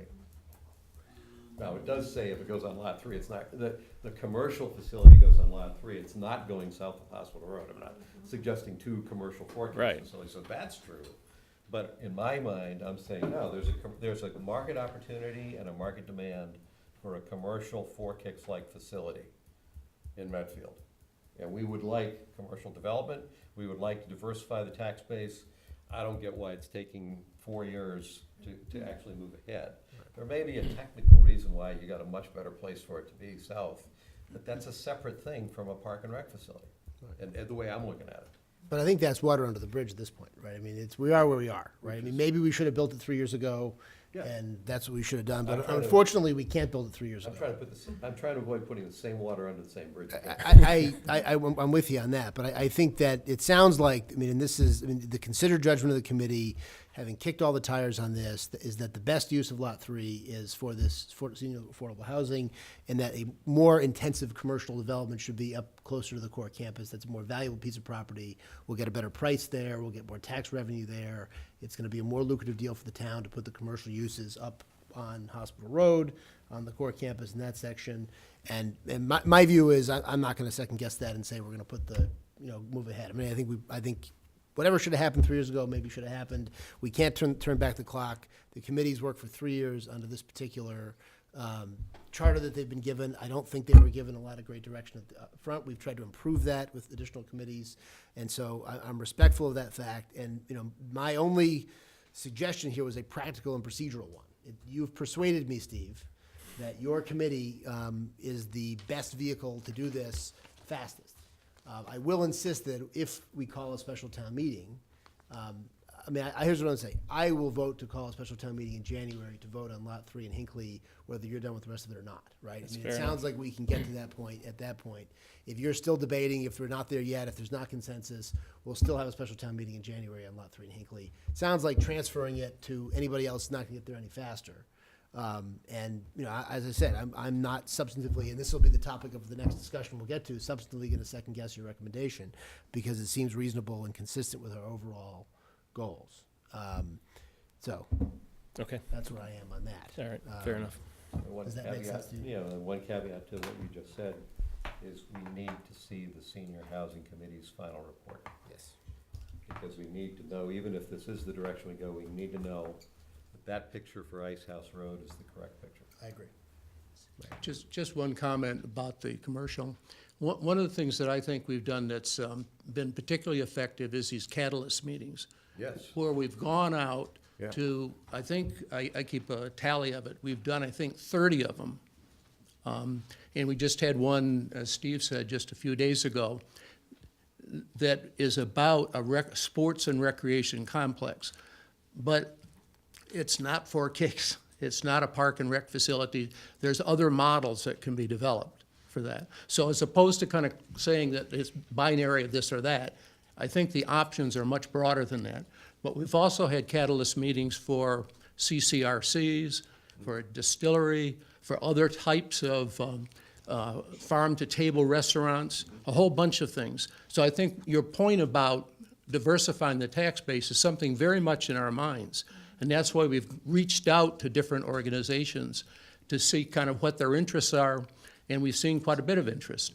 So we want to incorporate that into the plan. I absolutely agree with your statement, and I actually think that's among, if it's not the, I won't say it's the best thing, because there may be some really good things you do I don't even know about. I absolutely think that's one of the best things your committee has created, so I am totally in your corner on that. And I think it actually, some of those ideas have the potential to create the state hospital property, not just simply as a nice property, but as a uniquely defined property that nobody else would have the geographic resource to do the things we can do there. Totally in agreement with you on that. Great. On the rec facility, the issue isn't the technical possibility. The issue is Medfield and the organizational dynamics here and how long it would take to slog through the difficulties. And I would be happy to try to break through those, but I don't underestimate how significant they are. And I don't think we can afford to stretch it out. Thank you, Steve. Thank you. Thanks you guys. Sit here until 10:30 at night to listen to all this.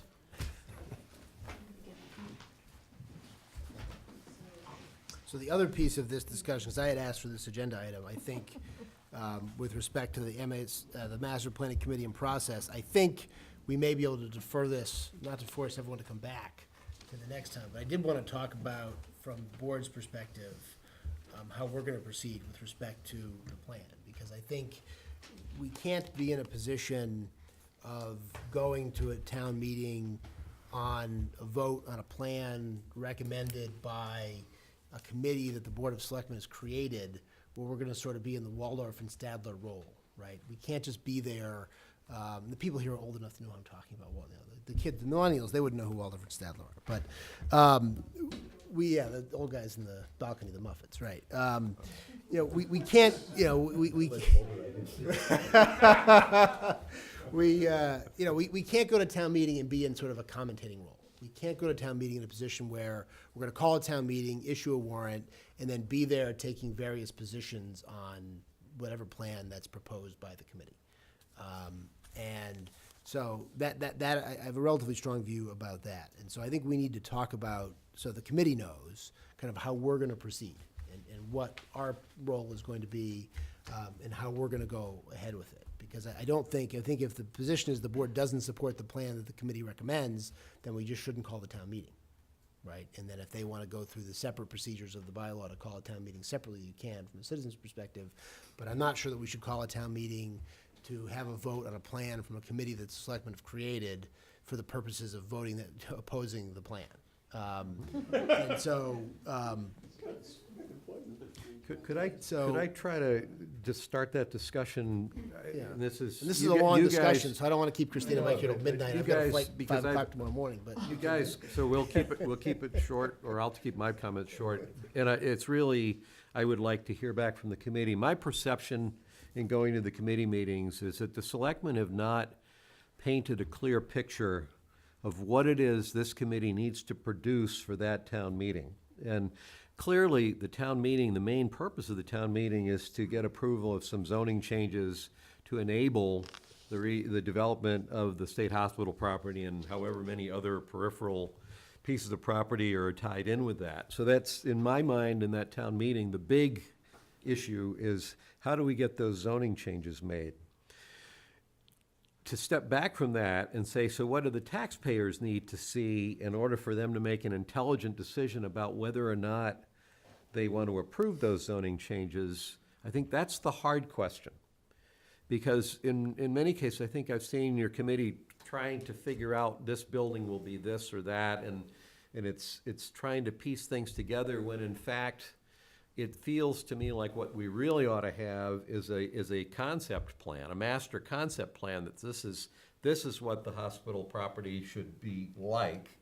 And I'm gonna call on Jean, with the plans that you did for the Arts and Culture Center. It's not a detailed blueprint, but there's this picture of what this one corner of the campus might look like. I don't know that that's the right answer. I don't know it's the answer you want to run with, but it's qualitatively the kind of an answer I would like to see if I were a taxpayer, which I am, for all corners of that property. So that and it's like, maybe this isn't exactly what it looks like, but the reason we think this should be zoned residential or that should be zoned commercial is because this particular corner of the property there's a rationale for why it makes sense to do this thing here. And whether it's exactly this or exactly that, doesn't matter. You just need to define it well enough to get to a zoning change.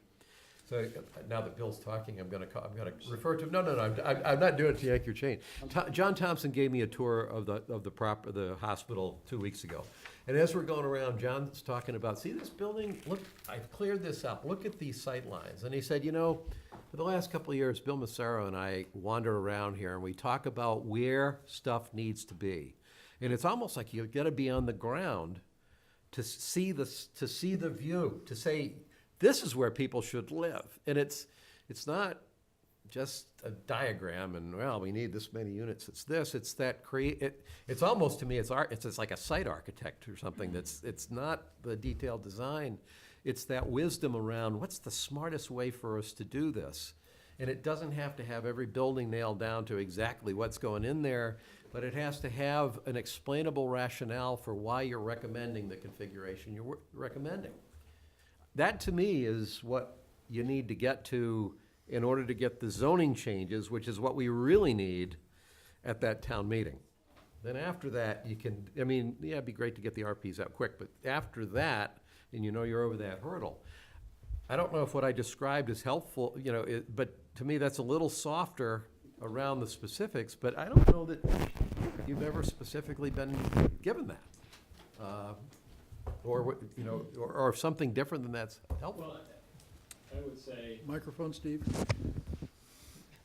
I would say that we're in 100% agreement with that, Gus. I mean, the whole idea is that we're in this process right now of debating the locations and what goes best where, and steadily knocking things off the list as we make those kind of decisions. So the point of that is we have a layout of where things will roughly go, and it's important now because we have a big stakeholder plan where we keep people informed, because as we start making these decisions and narrowing on a single plan, our idea is to go back out and test it. So we will be testing it with you and making sure that you don't say, oh my God, what are you idiots doing? And here's what you should have done, which we hope wouldn't happen because you've all been involved enough in the process that you have some flavor for what we're doing. But the point is to keep the communication open so that as we get to the final point of that kind of master conceptual plan, everybody's on board. We move into the zoning, but at the point we're doing the zoning, we feel like the stakeholders, you and Jack and Martha, have been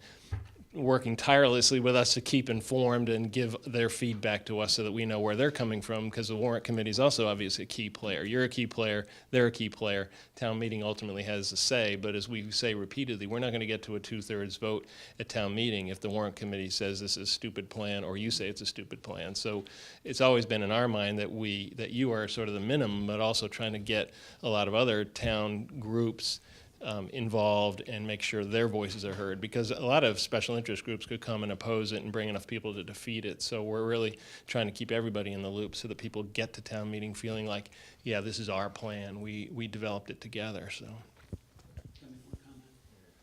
Gus, I agree with what you said about the individual buildings and everything else, but as part of the financial exercise, there's a value to at least picking a couple of buildings, assigning a use to them, and then doing the financials just to see whether it's feasible or not. So essentially what you've done is run a test case that you can apply against, the rest of the uses of the property. I mean, if you did something right off the bat that says, this thing is going to cost us $100 million, I mean, it's clearly you got to rethink the approach that you're taking. And it would be more than just one building. It might be for a section of buildings or whatever. So what you described, I think, and what Steve described, I think that you've described basically the same thing. It's just taken a while to work its way down to this particular phase. And I think the committee's pretty much there. I mean, we're just waiting for the final scenario overall, and it's a rough scenario, I mean, basically, but it's a concept, and waiting for the numbers and the financials that go along with it as well, so.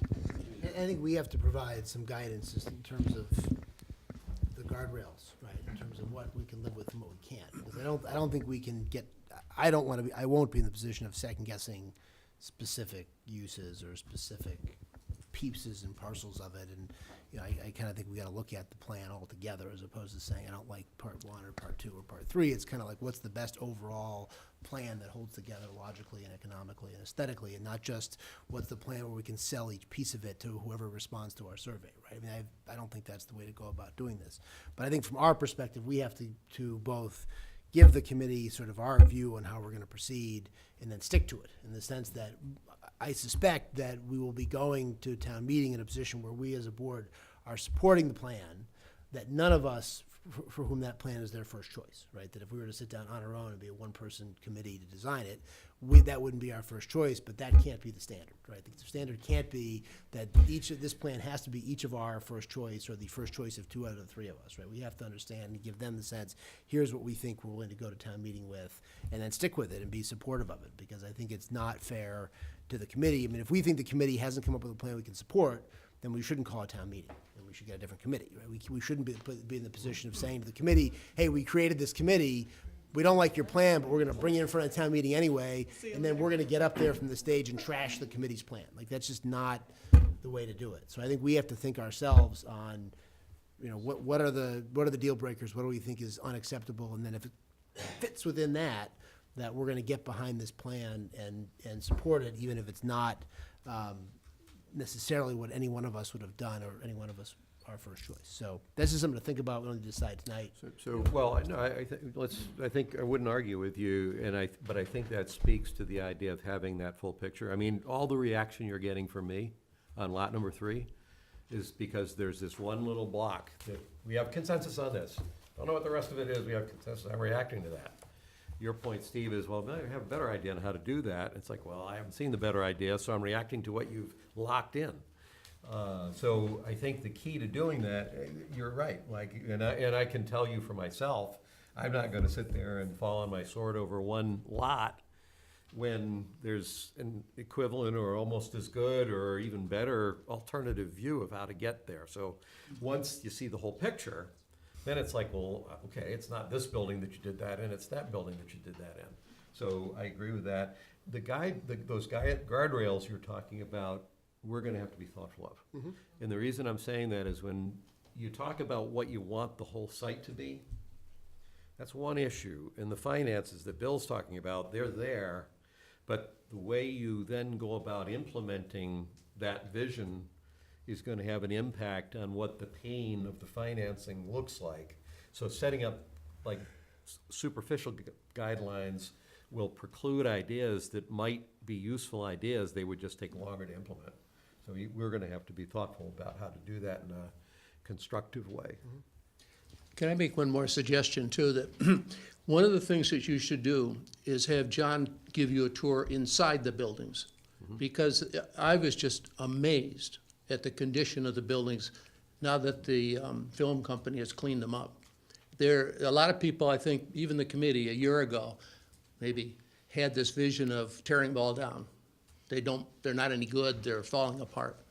You should take time you should take time with John, maybe after the X-Men movie's finished, but you should take a tour inside the buildings.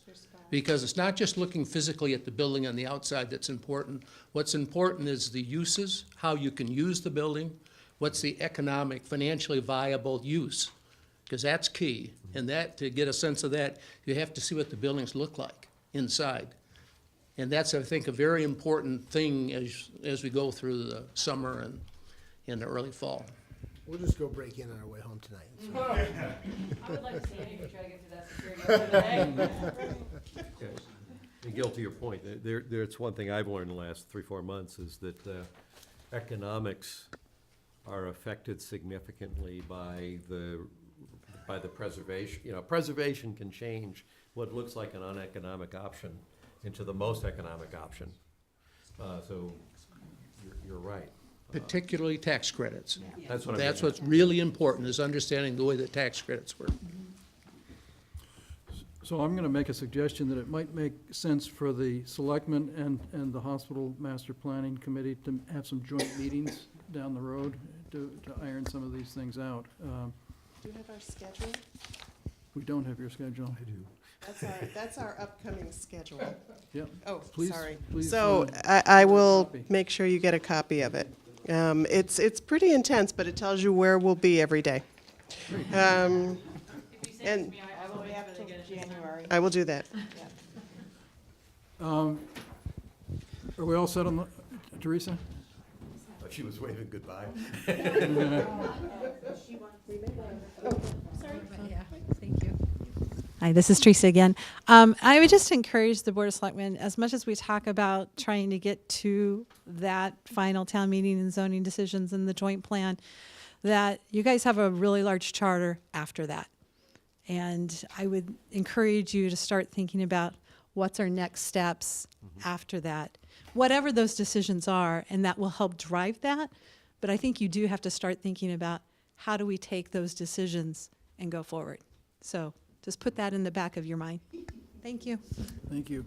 I could just add a complete point procedurally, which is, I think at some point, you want the planning board involved sooner rather than later, because ultimately, they're going to have to make a recommendation as well. And if you're Absolutely. looking at positive recommendations, that's critical, I would think. There's a Gantt chart that shows. Teresa, Yeah, the planning board's actually having some joint meetings with them as part of the schedule. okay, great.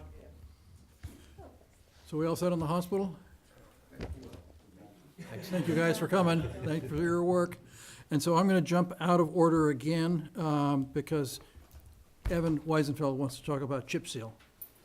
Just have a comment. Use microphone. Or you can use the microphone there. You just have to use a microphone. Evan Weisenfeld on Tallwood Drive.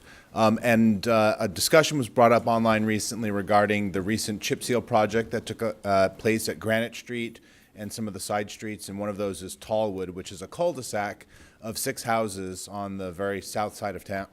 Excuse me. Due to the low traffic volumes on Tallwood Drive, the chip seal has not really settled. And there's a really poor quality of street that we're now living with. There's a lot of loose rock. I know that, and Gus, thank you for bringing this up and getting Mo involved. They sent out the street sweeper to try to clean up a lot of the loose rocks.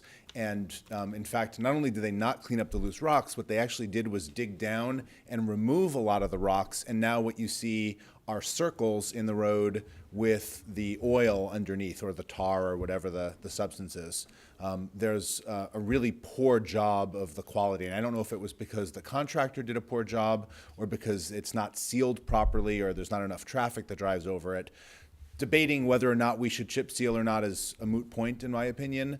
It's done, it just needs to be done better. And so whether it's sending out the big rollers that roll over everything and flatten it out and actually do what the intended job of chip seal is by having the cars drive over it, it's not going to work with 6 houses on a street. In the future, perhaps the town DPW wants to consider that on a small street that doesn't get enough traffic, that maybe chip seal is not the appropriate approach. And on a small street like that, paving might actually be somewhat cost effective. But in the interim, we're dealing with rocks on all over the place, children that can't use the street, where we originally bought on a cul-de-sac because we wanted children to be able to ride their bicycles. Mine are all grown, they're off to college or graduated, so it's not an issue for me. It's the neighborhood, and I want to make sure that I'm representing my neighbors who, one was here but had to leave early because they had to get home and take care of their children. So I just wanted to bring up the fact that there's a concern, it's not done well, and it's not about just sending out the street sweeper. There needs to be some more of a comprehensive look at this, because if you go there and you look at the street, there's divots in the road and there's missing rocks, and it's down, there's places where all the rocks are swept away already because they just didn't stick. So there's something that needs to be done. So Evan, can I ask you a few questions? 'Cause Of course. I went by your street yesterday. I was there 2 weeks ago because I actually heard from somebody on Granite Street that was complaining. I was in Houston, went a week later. By the time I got there, he was talking about rocks getting kicked up, and I went on Granite Street, there were no rocks kicked up, and I stopped at people that, asked people that were working in their yards, how was it? And they said, gee, once the street sweepers came through, it wasn't so bad. Sure. And then I went on Tallwood, this was 2 weeks ago, and what you described is absolutely accurate. In fact, even yesterday, oddly enough, Noon Hill Road, that one pit, the one part of it that actually is paved, still has more loose stuff, but I think they're all used to dust and dirt there anyway, so it's. But what I did is I stopped in the cul-de-sac, and I actually tried to find loose rocks. I couldn't. The only place that I saw kind of a divot-y kind of thing was in the very center of the cul-de-sac. I went to the edges thinking maybe I could find loose rocks on the edges, and I did see, you had mentioned in one of the posts that the original pavement was better, it was fine the way it was. So I actually went to the edge, and you can still see some of the original pavement right up against the curb. Sure. I then went down, partway down Tallwood, and I stopped in a couple places to see if I could find loose rocks. I actually couldn't find loose rocks. So I'm happy to have you come out and I can show you where loose rocks are. Yeah. Very top of the street where Tallwood and Granite meets, there's a lot of loose rocks. Right at the seam? Well, just in that general Yeah, well, area. I'll It's a take you up on it, 10-foot 'cause strip. I couldn't find it. What I did find was that if you go out to Granite, because I did this too, I went to Granite and I looked at the rocks there, and what it is all the traffic runs over them, so all the jaggedy stuff, it gets rolled over, especially I think in the heat with the oil, to where Granite has a reasonably smooth chip seal surface. The difference is Tallwood, you got the rocks in place, but they're still little mini iceberg kind of thing. I looked at it and said, if we were in the middle of the winter and this road got plowed, there'd be major damage because everything is in the wrong spot. So had Mo been here earlier, I would have asked, when he had his contracts, one of the questions I would have asked is, I didn't find loose rocks, but you don't get the traffic to get all the rocks to lay over the right way on a cul-de-sac like that. So there are loose rocks, but there are also places where the rocks have been dug up by the street sweeper. Yeah, You can so- see the circle, and it's almost a crescent shape, and I'll have to 3 or have you 4 show me. places on the street. So now what you're getting is just the oil or the tar, whatever that is, that's exposed. So again, the issue is, I don't want to debate chip seal. I know that there's economic decisions involved in that. What I want is a quality job of applying it and managing the street, and I think we deserve that. Yeah. And I would hope that you would get that if you got back in touch with the DPW and asked them to come and deal with whatever is there.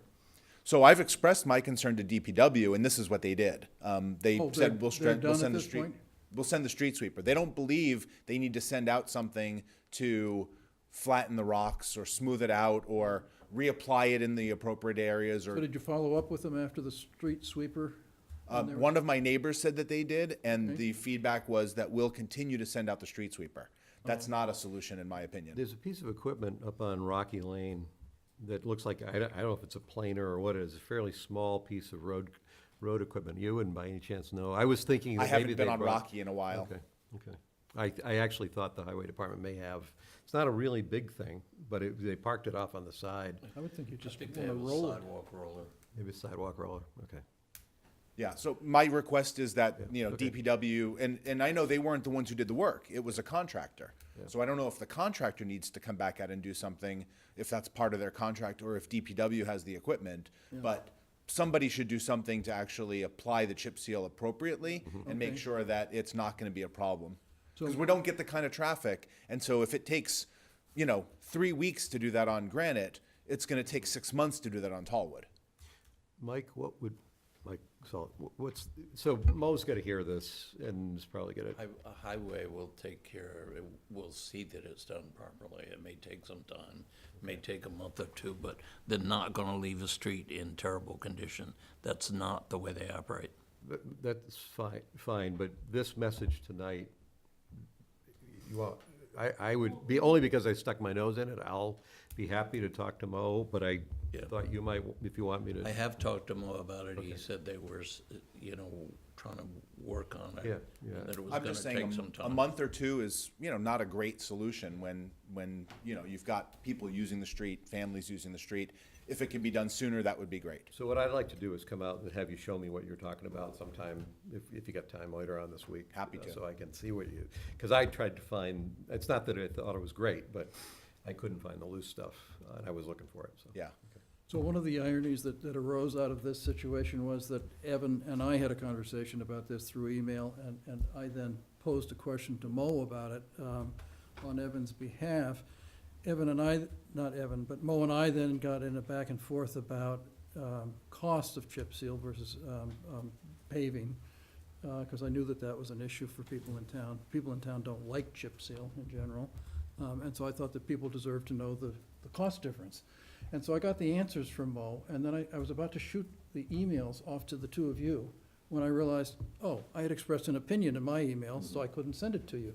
So I put it on my blog where everybody else in town could read it, but you guys didn't get it. That's right, usually somehow or another I get it. So that just seems totally inappropriate, but that's, Well, what's interesting is through this whole discussion, there have been people who have expressed opinions because, as somebody referenced earlier, the Concerned Citizens of Medfield Facebook group, that's what people do, that they were talking about there's a lot of other solutions for road paving, sealing, whatever it is. And I know I've heard through the grapevine that Mo is looking at a comprehensive road management plan that might do something other than chip seal. And so, it would be great to be able to sort of present what that is, and here's the alternatives, and here's why. Nobody wants their taxes to go up. And the people who criticize and say, well, where are all our taxes going? I understand that's not a relevant discussion.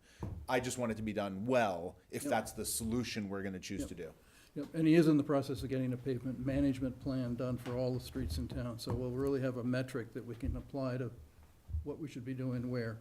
Yeah, in the because future. honestly, I don't know why they even chip sealed it in the first place. The road was in perfect condition. There were no cracks. It was fine. I guess he was worried that if he didn't, people on the cul-de-sac would get mad, because you came through and repaved Granite Street, and you didn't get our street. He didn't repave Granite Street. The post I put on Concerned Citizens is, I think we all are better off when our department heads are being creative and trying new things.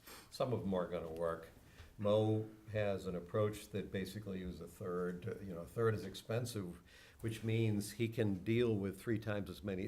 Everybody worry about taxes. I don't think it's taxes. He can improve 3 times as many streets by doing this thing. But it takes some patience. There was a poster from Longmeadow that said, yeah, they did that on our street a couple of years ago. It's great. But you have to have the patience to let the road, and a cul-de-sac isn't gonna get the traffic. That's So the I think only- there's some lessons to be Honestly, that's learned. my only real comment on this. I stated before that I'm not gonna comment on chip seal versus not. Personally, I'm not a fan, but I understand it. Yeah. I just want it to be done well. We Thanks, meet with Evan. Mo every morning, around 10 o'clock, so we'll have a conversation with him about it. Great. Would you like Mo to come to your next meeting and have some discussions about this, or? You know what I'd like is if you and I can kind of pick a time to meet, just tell Mo, I'll give him a call Absolutely. and see if we can, all 3 of us, get out there so we all hear it directly. I'll be working from home on Monday, so, Okay. no, this Thursday I'll be working from home. So if you wanna do it Thursday Sure. or the following What, Monday, is there a good time? really anytime. Okay. I can follow When up with you online, Gus. Yep, tomorrow morning. So ask him if there's a time that he and I could meet with him Thursday, and I'm okay anytime Thursday. Thanks, Thank you, Evan. everybody, for listening. Thanks, Evan. So our next item is the ALS Study Committee update. So that would be you, Gus. I guess. Was that me? I'd asked for guidance, That's so, you. I'm yeah, sorry. so, no, that's quite all right. No, we don't have a huge update for you. So we've had 3, Steve is here too, so Steve, I'm gonna allow you to jump in, because, so we had an initial organizing meeting, and then a second meeting, and then I was in Houston the week that the. Are you here to Hey, throw but us Chief out, Chief? Meany's We're here too late? Okay. I've been We're past curfew? Trust me, I've learned a lot tonight about a Friday subject. To the committee. We didn't destroy any knowledge, did we? No. Good. The committee, to its credit, even though I wasn't going to be there, Chief Meany couldn't be there, Christine couldn't be there, Steve, along with some others, said, well, we're going to meet anyway. So Steve, I'm going to invite you in a minute to chime in if there's any relevant points about the third meeting that I know nothing about yet that you want to add. But what we did, and I brought copies of this for all of you, because it was not knowing for sure if I was even presenting, so we'll put it down there. When we first met, I basically, if you recall, was the acting chair, and now I'm the permanent chair, but I used this document, it's just called the Preliminary Draft Operational Objectives and ALS Study Committee. It was trying to draft a set of objectives driving towards some specific deliverables that would help the members of the committee who are coming from all different perspectives on this issue to kind of coalesce around a shared purpose and objective, and this was it. The committee then went, and in our early discussions, we started talking about the range of topics and questions that needed to be addressed, and what we wound up with was this kind of 5-block structure that kind of, said, these are the things, if we're going to make a recommendation, we're going to have to know or understand these 5 things. In subsequent conversations, the 5th one we put off. So the 5th one is the development of alternatives, and we realized we needed to kind of do the first 4. So the structure we've been following is this. The names underneath, we've created working teams. They're not subcommittees, they don't have quorums, but everybody's on a couple of these, and their goal is to work on their own to dig deep to get the kind of data information that we need to get to answer these kinds of topics. In the second meeting, we then took that, we finalized the assignments to those various groups, but then on the last page, what you'll see is we used the whiteboard at the Public Safety Building. We had a bunch of questions, we brainstormed questions for each area. So this is the documentation of our current list. There'll undoubtedly be a living document, because as you answer certain questions, you wind up with more. But this is the list of the questions that we've developed so far that we kind of need to be able to answer in order to get toward a conclusion. So Steve, is there anything to add on that third meeting beyond kind of what I just described? And the microphones are right there. We have our next meeting will be the 18th, so a week from today. I think on that last meeting, I think we just did some more brainstorming to get some more questions to ask, the fire chiefs and the selectmen as well in the other towns, to kind of narrow it down, as well as discussing other care options through other towns and how other towns are also doing it as well, especially with the regionalization approach too. So we kind of got more detailed with the questions instead of brainstorming and putting it together. So that's where we're at. Sounds great, thanks, Great, guys. good. Thanks for what you guys are doing. Talk to your neighbor or be a Fire chiefs. Fire Chief Search Committee update. So we have met twice. Actually, I'm gonna be looking for you to take some action tonight on behalf of the committee. We've had some extensive discussions, some very raucous discussions early this morning, about what to do in terms of timeline. And one of the things, we have gone out to bid, we have 2 proposals from 2 different consulting firms to help us do the assessment center. One of the things that we started wrestling with is, how do you develop a job description for a fire chief when you don't exactly know what that department looks like?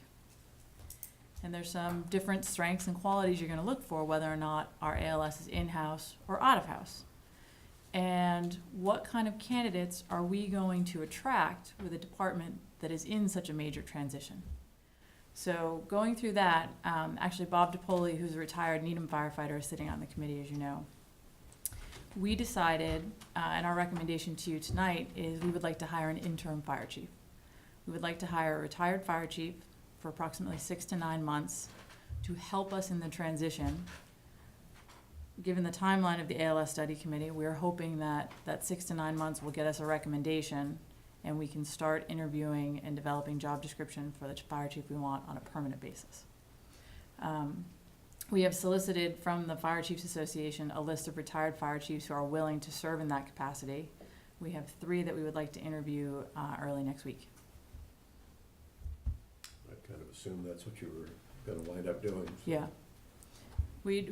The chief and I had talked about it several times, and then the committee went into some extensive discussions as to the pros and cons of doing that, whether or not we should do that at the same time we were searching for the full-time fire chief, and decided this is the best decision. One of the things that I think really sold the committee on it is we keep talking about what our staffing plan should look like. And out of these 3 pieces, the ALS study committee, fire chief selection, and staffing plan, the staffing plan was always 3rd. And then in talking to Chief Topoli, he recommended that the fire chief that we bring in during that interim is tasked with providing us with their recommendation on what the staffing plan is and what they see operationally, what we have now, what they would recommend going forward. Obviously, the permanent fire chief that you hire is also going to have some input into that final staffing plan, but it would be nice to get another set of eyes on that as well. So that's our request tonight, is that we are authorized to engage in a interim fire chief. Sounds good to me. Okay. I would Okay with that? authorize the committee to interview and make a recommendation to the selectmen for an interim fire chief. Was that a motion? That's a motion. Okay, second. Thank you. Somebody all in take a minute, favor? wait, that's me. Aye. The other thing, I know there's been some concern, Chief Kingsbury did officially retire as of June 30th. However, he is staying on as fire chief for us. He will be there on a part-time basis as fire chief until we hire the interim, which we are hoping to have recommendation for you the beginning of August. Wonderful. Great. Thanks, Kristen. Great. Okay, then we have to go back to, under action items, we've got Mo Boulay, DPW Director, vote to sign project request for Chapter 90 North Street and Route 109. That's for the 400,000 that he talked to you about earlier. This is an easy one. This contract is not prepared for us to review and sign. If you look at it, all it has is the odd numbered pages. This is for the environmental protection thing. Oh, I may have photocopied it incorrectly. I have a number of questions where every even page is missing, except for the signature page, page 10. But I also have, either I'll have twice as many questions when I see the even numbered pages, or I'll have half as many questions, and I honestly don't know which. Is there a So- timing issue on this, Chris? Or Mike? On the environmental, I'm sorry, I thought you were taking up the Chapter 90 request, I'm sorry. Chapter 90, I don't have a problem with. Okay. Yeah, we're doing chapter 90. I thought you were, I'm Yeah, sorry. I that thought was you the were next talking time, about- okay, yeah. So I would move that we vote to sign the project request for the chapter 90 request on North Street and Route 109. Second. Any further discussion? All in favor? Oh, I have one Oh, piece of discussion on that. We are including in that a $15,000 request for a signboard. That is normally an item that would have gone through the capital budget committee. Mo and I are talking to the capital budget committee. He's already talked to the finance, to the warrant committee, to make sure they have no issue with bypassing the capital budget committee on a $15,000 expenditure. It is authorized under a Chapter 90 expense and will be used as part of this project. And when we're diverting the traffic at night, I think it's essential that we have it. I'm still in favor. Perfect. Yep. Thank you. Chris, is that that's part of the 400,000? Yeah, I had Mo That's redo the done. paperwork, so that's included in that. Okay. Yeah. think it's like I had the same issue Gus had with this environmental engineers. If we I- can defer till the next time. Yes, when I photocopied it, apparently did not photocopy it too soon. I also have, but I do have questions around the structure of this, in Okay. terms of the wording. Have of you it. reviewed it, Mark? What? The environmental The partners environmental contract? partners, yeah, I could, I don't think so. Okay, so maybe that's, because So I I'm not think gonna that be, needs- I'm not gonna be here next time, and the issues I have are kind of significant. so maybe you can meet with the water and sewer board and review the I contract. think the explanation on the warrant, on the agendas is a little bit misleading. What happened is the cost of the project, when the consultant came back to do the treatment plant, was much higher than they thought. And they gave a range, but, originally they were talking about $3 million. The range was, much, much higher than that. So what they decided to do, they asked the consultant to look at other sites in town to see if it would be better economically to develop a new well site rather than to build the treatment plant. And that's what this is, an amendment to the original contract. authorizing them to explore they narrowed it down to 4 sites. The site they really seem to be looking at most seriously is the old hospital well field. And that's what they want to do, and that's what this amendment involves, doing pressure tests and, So this is in fact an amendment to the old contract. I wasn't sure if it was a new Yes. contract. That helps yes. partly. Yeah. The issue, I had other issues. There's, in the statement of the cost, it says that they will not exceed the numbers that they've called out here. But then when they talk about how payment will be made, it'll be based on the reported percent complete from the contractor. So this is a fixed price contract. The only thing that's an issue is the payment terms. And so with the wording of this threw me off on that piece. And then, when I get to the liability side of this thing, where it talks about indemnification, this is a contract that's only covering carrying $500,000 of liability insurance. This is the thing you should look for, Mark, maybe I'm being paranoid. I'm looking at it, and it seems to me the town is, it basically says that we're, the contractor's liable up to the amount of coverage that they have, which tells me the town is backstopping. Now, one possibility is, this is a contract, this is work that, you know, it's desk work. Nobody's gonna get hurt, don't worry about it. The other possibility is, we basically are indemnifying this contract above the $500,000 of, I carry $2 million of liability, and I don't, you know, I do stuff in rooms. Consulting like this, the most critical coverage is professional liability Yeah. coverage. Well, this, right now, this only requires $500,000, That's not enough. so it didn't sound right to me. Okay, you probably leave the contract stuff up to council to take a look at. and Yeah, get back so, to them, yeah. so as long as you know what the issues are, Yeah. then if I'm not, I won't be here at the next meeting. Go ahead and vote however you want to, but, Okay. All right. So then I would move that we appoint Tim Nugent to the Selectmen's Health Insurance Advisory Committee. second. All in favor? Aye. Yep. Jerry McCarty, Facilities Director, requests Selectmen to sign Green Communities grant submission. This is for part of the $146,000. It is basically a commissioning study of the high school and middle school and it's something that the Green Communities requires, that you do a commissioning study to determine what the best, most effective way to spend the funds. So 3 questions. On the first page, when it talks about upgrading the EMS software in FY19, do you have any ballpark? I mean, software is not necessary, I just was curious. I'm in favor of this, so I'm not challenging any of it, I just wanted to know. yeah, Ballpark, FY19? my understanding is it was gonna take up most of the 146,000. I think it was 78,000, I think there was one figure. Okay. And the And there was HVAC another. software update is a separate thing from this up there. On the second page, it refers to the much-needed HVAC software upgrade in FY19. That's a separate upgrade? The HVAC, Yeah. one of them is the process controls, the other one is actually the software. I believe it's an old train system, and it's just obsolete. It can't, it's not web-based, it's PC-based, they're different. And did the schools just not, I mean, software, you know you have to upgrade. It's just that was just a ploy years ago to avoid any expense or something? We let the software get No, obsolete? it's same issue here. It's just how we've been doing things. I guess my theory, and this is no criticism of Medfield schools, I think this is almost universal. If you give them, and I remember talking to Lyda Harkins about this, saying you should put in the education room funding formula a requirement that they spend a certain amount of their budget on maintenance of buildings. And she, being a former school committee member, I think bristled kind of at that. I find if you have no control over how the budget is spent, and you say, can we hire a music teacher or repair?